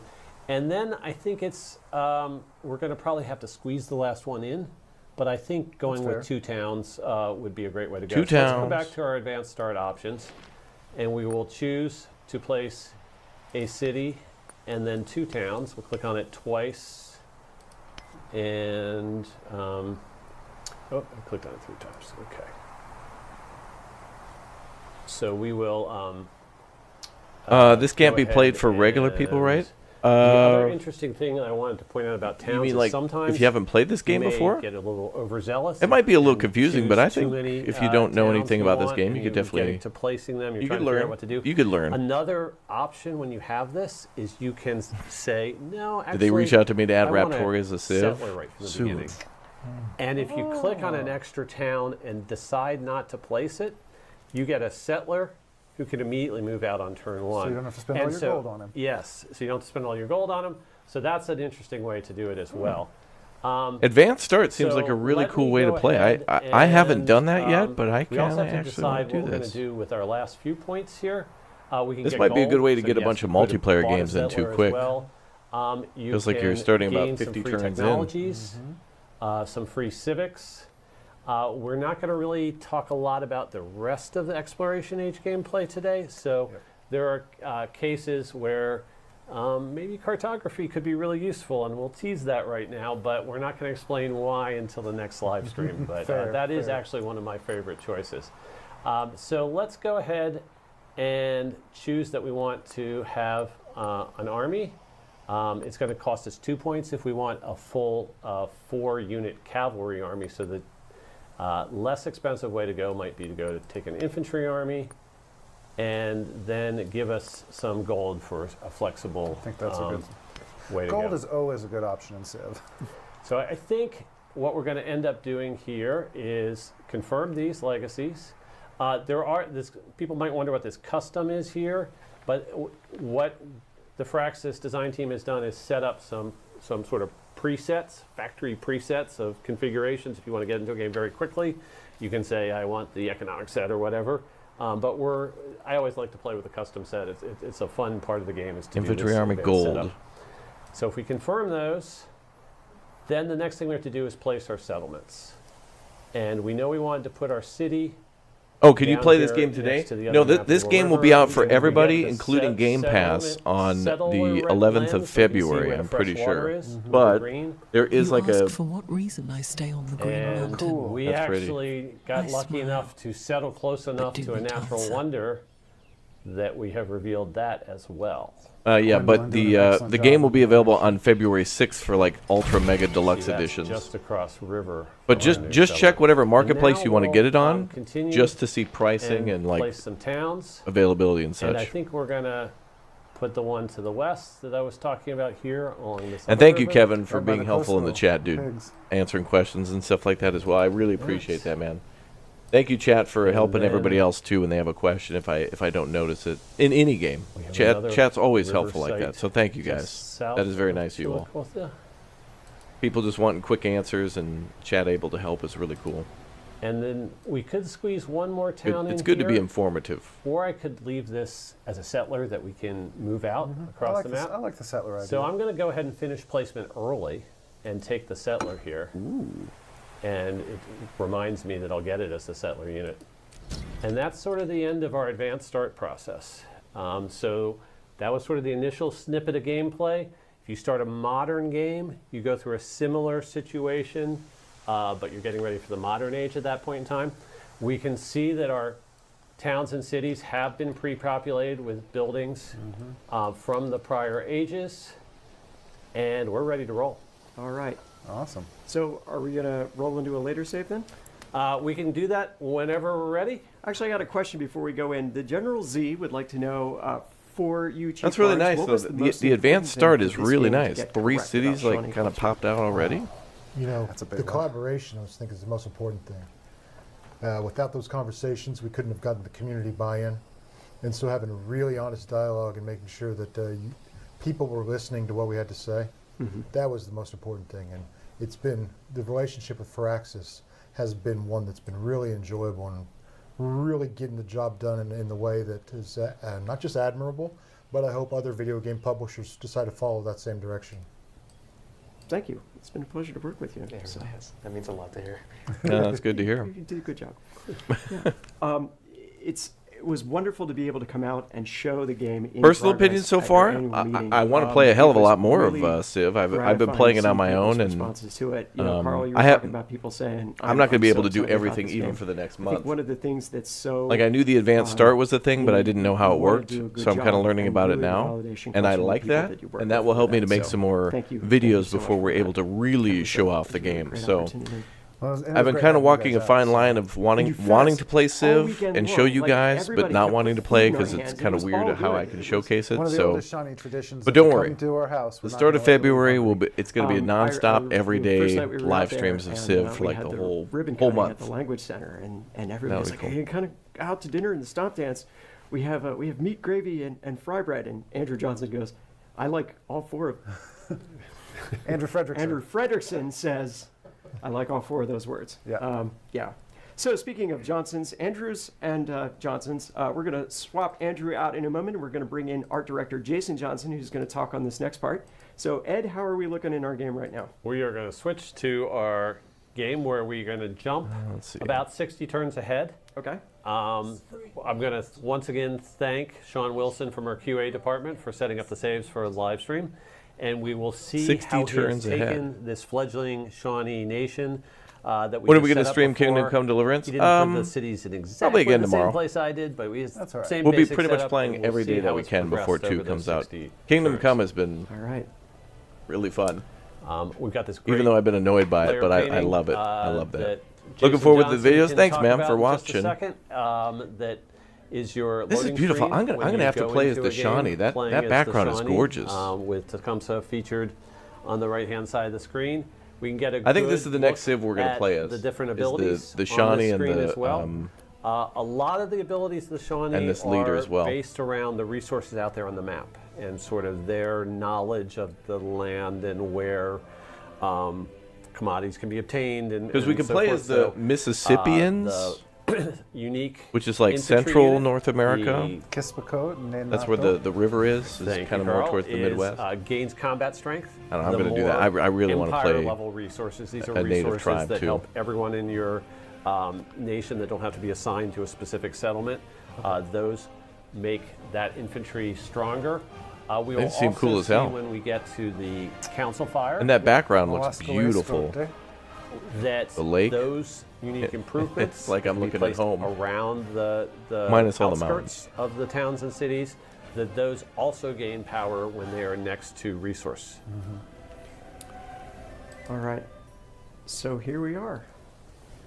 Also, I'd like to just jump in real fast. I got a little anecdote. That Forbidden City right there, going to the Forbidden City in real life was on my bucket list for a very long time because it's long held been my favorite wonder in civilization. And I got to go a few years ago and actually see it in real life. And it was, that meant a lot to me just because of civilization. We did not know that. That when we dude set went up to the China stage just and because happened of to Civ? visit That's right cool. outside the Chillicothe capital. Well, here we hear the soundtrack as well too. Yeah. So Ben, get to sing? Yeah. yeah. The Serpent Mound will sit in the upper. Yeah, zoom in on the- Serpent Mound. Chat has been There it asking us is. to see Serpent Mound. So, Carl, when you came out a few months ago, you had said as your personal victory condition was building Serpent Mound. Yeah, I got to play about an hour of the game, and it accumulated in me building Serpent Mound, and I stood in victory. Yeah! So joining us in the stream now is Jason Johnson, the art director for Civ 7. So JJ, thanks for coming in. Thanks for having me, Pete. So this looks really cool. Talk about how you guys came together to decide what the look of this Shawnee civilization was going to be. It was just as stated before, just this collaborative effort between the art department and our lead concept artist, Ryan Andrade, and the Shawnee. Every piece of art we did, we sent it to them, and we had feedback sessions as if they were part of the design. How close can you zoom? I think this is about as close as you can get right here. Maybe a little closer, but it's not super close, but the buildings are quite large, you know. Scote is the fire part there, thank you. And it does seem to zoom a little bit more when you're like in a menu. There you go. That was a big challenge for us. We really wanted to get that one right. We didn't have lots of information on what it would be, so we went back and forth and we decided a longhouse would be really representative of a place where they could kind of meet in council, and then do this large fire platform around.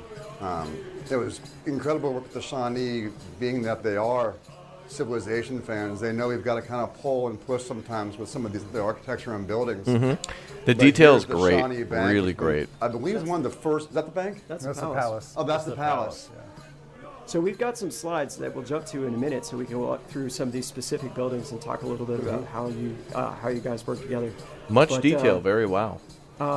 Actually, let's go ahead. So, Carl, I think you got the clicker for that. Yeah. So we jump to those slides. We can share that as well. I will say I really appreciated our collaboration with how the buildings looked, and then oh, dude, that's when badass. Chief made the call that it was okay for us to that looks so get cool, a little dude. bit more elaborate. I want I thought that was a great call. Native I think it turned out American great. city builder. The whole city tile set. So we got some specifics to go through with this. So let's go to the next one. So, what's this a painting of, JJ? This is a painting of around the area of Chillicothe. I'm from Ohio. We call the area the Old Man's Cave, and there's a lot of gorges, and it's this really unique place in Ohio that most of Ohio doesn't look like this, but it was important to the Shawnee, and this is here is Tecumseh, in basically that area of the country in Ohio. Cool. And this is an example of the kind of work your archaeology department was able to provide with us. What would the structures have looked like? And tell us a little bit about what it is that we're looking at here. Carl or Chief, either of you guys can take that. Were these were, Chief, correct me if I'm wrong, was it Sugarloaf buildings? Was that what they're kind of called? Kind of a sugarloaf-shaped longhouse. Yeah, and wigwams. Yeah, and we went back and forth with several of the decisions on how the houses would look in the wigwam, the wikiwa, what we call it. And the archaeology department, our cultural preservation office, they were able to help inform. I love cutaway stuff like that. Where Shawnees lived cutaway buildings like that are so cool. Years prior to the arrival of Europeans, you can see the post holes, those marks still in the ground to this day when you use the right kind of equipment. So capturing that thematically with these post-type construction methods, that was really important to us, and you guys did a great job, JJ.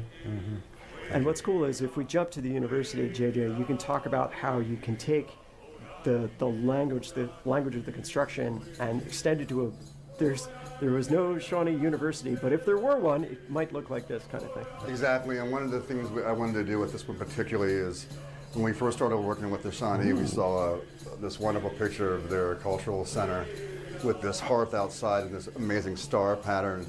So I kind of wanted to tie the two together and put that with the university, so it was like this center of education and this kind of tie-in, and it's the only place we use the star pattern with any of the Shawnee buildings. We do use the hearth in other places too, but we wanted this kind of one-to-one that what's there now, and it kind of made sense that this would be what it could have been. The building's an OSHA violation. And then here we have a better picture of the Mawascule. Oh, that's cool. You can see the corn growing there as well. And then again, here's the university and an example of our arbor out front. And here's two pretty cool buildings. Yeah, the one on the left here is the Shawnee Bank. Oh. And this was one of the first buildings we started working with them on. It might have been the first one. I think it may have been, and we were kind of deciding what are the things the Shawnee may have had to signify that they had a bank if they had a bank. So we have some corn. Yeah, not just money, but also like a granary and storage for bartering. That's a good idea. One of our environment artists, May, she made this amazing wampum generator that she can put in any pattern and do sizes, scaling, and we just have this ability to put all kinds of wapen patterns on things. And that's so cool. Went back and forth on the color with you guys and make sure we got that nailed just right as well too. And I really love the, because most of your banks, if I'm not mistaken, have a coin on the top. I love that we've replicated the circle pattern there on the top. That's really great. And I don't know what the building on the right is. That's our market, I believe. Okay. Oh, okay, I was going to say trade. And then one of the other things when we were talking with the Shawnee and doing this building design was, in a lot of our buildings we have very manicured little garden grounds and statues, and I was talking to Carl and Chief Barnes, like, what would the Shawnee have done to kind of decorate their lands? And they basically said, make it as natural for the animals to come into the settlement more and live with them. So I wanted to make sure we had all I love that games are a great conduit to learn, yeah, absolutely. Ground decorations in all the Shawnee buildings. Yeah, absolutely, and it hits. There's a lot of produce in that market too. Yeah, and a lot of really good Native American produce too. So there's pumpkins and there's squash and there's corn and there's Yeah. Fantastic. All right, jump us up one because I think we're going to start to get into the concepting around Tecumseh. Yeah, this is our very first iteration on the left there, the before that Mike Tassi had done when we started working with the Tecumseh concept. And we sent it out to Chief Barnes and Carl and had a wonderful conversation. And after our meeting, Carl had sent us some wonderful historic images of Shawnee that we could then really kind of nail down and get the anatomy exactly correct and put back in to the final. And I think this just turned out awesome. I just love this model. Yeah. We've actually got those pictures as well too. So these are the ones that you sent us of. These are a few of them. I think there's about 50 pictures. But I think here's a collection. It's a subset of them. And one thing I love about these, one of our biggest problems in Indian country in modern day is that we have a problem with invisibility. Just a lot of our issues aren't seen at a big enough scale. And I like these pictures because they represent us as a contemporary people, and you see that in the way they dress and whatnot. Absolutely. Here's more of the concept. This was another one of the very early concepts, and Mike Tassi did an awesome job on these. It's so good. He was on. Man, I wish we could see this from more of the civilizations too. Face paints we were going with, and opted hopefully for in the future when they add more decided on civilizations, they bring the people in those and kind of things. We went back and forth on. Yeah. I think that's it for our slides. So we're going to pop up the website for the tribe as well too, so people can go and they can find out more from you, about you, by going to the website for the Shawnee tribe. So we have links there to all our programs we work on and our language program. We're running out of time. I do want to show. By the way, after this stream is over and we see a little bit more gameplay of Civilization from the Shawnee, we're going to show more gameplay of Civilization 7. I have another video ready for everybody to go on, a little bit of early game warfare against bandits and showing naval landings and naval warfare a little bit, at least on the shore, and making units and things like that. But from what I've learned from this live stream too, in the advanced start, I didn't know how advanced the advanced start would be, but I'm going to probably make some more videos with this too. So if I play as like, if you guys want to see the Ming, or if you want to see Greece or something like that, I'll probably do advanced start in the future just to see what the game gives me and then like go from there. I know we could also start, from the age of exploration. So future videos will probably be in the age of exploration and the age of antiquity, but will probably be a little bit more advanced into that age. So future videos on the channel, depending on what you guys want to see, if we are in the age of antiquity, it'll be like maybe halfway through or just past the beginning, like a third of the way through the beginning of the first age, or the second age, the age of exploration, and show off like ships and things like that in the trade fleet. Although we've seen a lot of that stuff already today, I want to do it myself. A lot that's about fun. What the legacy paths and objectives that we're going for in the age. I'm going to talk at least a little bit about the military forces that have been assembled to defend our Shawnee nation. So we can we're going to see some war? See that military units, when they're stacked on top of cities, we only show the unit icon, so you have to click on them and get them to move out before you can see them. But we can see some of our infantry. This is the unique Shawnee infantry. We also can see some really interesting work by our unit teams in reinterpreting standard civilization units for a specific culture. So I'm going to click on the knight here, and we're going to move the knight forward. and we notice that it's not typical European knight in shining armor. It is actually a representative of a really strong exploration age cavalry unit, Shawnee style, and it's fantastic to look at. And we also have our ranged unit here and our Army commander. And so let's debut the Army commander for the Shawnee. And cavalry makes sense. They will also be there to lead our forces. And so we can get a good sense of how, with the new system that JJ's art team has assembled, they're able to take any of these units, assemble them from parts, and really dive in onto the cultural details. Absolutely. And if you zoom in on them, you'll see different variations between their models, their animations, just to always keep it interesting when you're playing the game. They look great. And then you can see really the population buildings in the city built out as well too. Obviously things like walls, those have a specific gameplay effect and you want them to be represented in that. But you can also see our population buildings, our Shawnee style population buildings. This is the city hall, which is a smaller version of your central palace in your capital city. And we can see the university we've been talking about. That is underway. We're going to get that online very soon. I always love when they say we're going to get that online. We'll be able to see like that. they're building a monument like the pyramids. You might not be able to answer. What is the icon of Tecumseh's face to the left of the city name represent? There's our university. The icon to the left of the city name? Oh, okay. So when we look at our empire, we're going to have some settlements that are full cities. They have a build queue and you schedule the production like you normally do in a Civ game. And then in Civ 7, you have smaller settlements that are called towns that extract all the resources from the area. They can still have farms and mines and other improvements around them, but all of the output of those towns is fed to your cities so that it's a way to, in Civ 6 it could get really showing what you're pulling in. You had 16 cities and you're like, wow, well, I can't remember which one is producing for a few days. what. Yeah, if you haven't come back to the save for a while. And so this is a great way to simplify that. So the easy way to tell a town from a city is just whether or not the leader's portrait is on the end of the city banner. So we have eWolf 1850 is watching on Steam from Shawnee, Kansas. And he says, thank you guys for coming on the stream today. Well, awesome. Thank you for reaching out. We were just in Shawnee, Kansas just the other day. It was actually in Lenexa, next door to. And there's actually a road not too far from our studio called Shawnee Road, and we've been debating over the last couple of days whether or not that's a contraction or an anglicization of Shawnee. Yeah, Shawnee. So. Yeah. Is this live? All right. I'm live, yes. So Ed, have you, and this was a live stream. Shawnee for a victory in Exploration Age without tipping your hand too hard. What are you going to lean in on? Roads? So they have a unique missionary. And their missionary ignores movement penalties from rivers, is able to get around. There, just like in all the ages, there are 4 legacy paths that you're pursuing during exploration to try to push yourself forward in the game. Yeah, I think I'm going to be Shawnee the next time we play.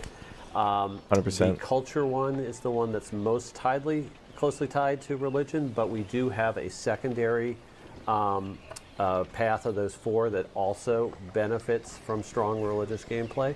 Okay. So I think, the missionaries representing spreading the Shawnee culture and language and everything else that we've been talking about in belief system across the map, that's absolutely a strong way to play the Shawnee.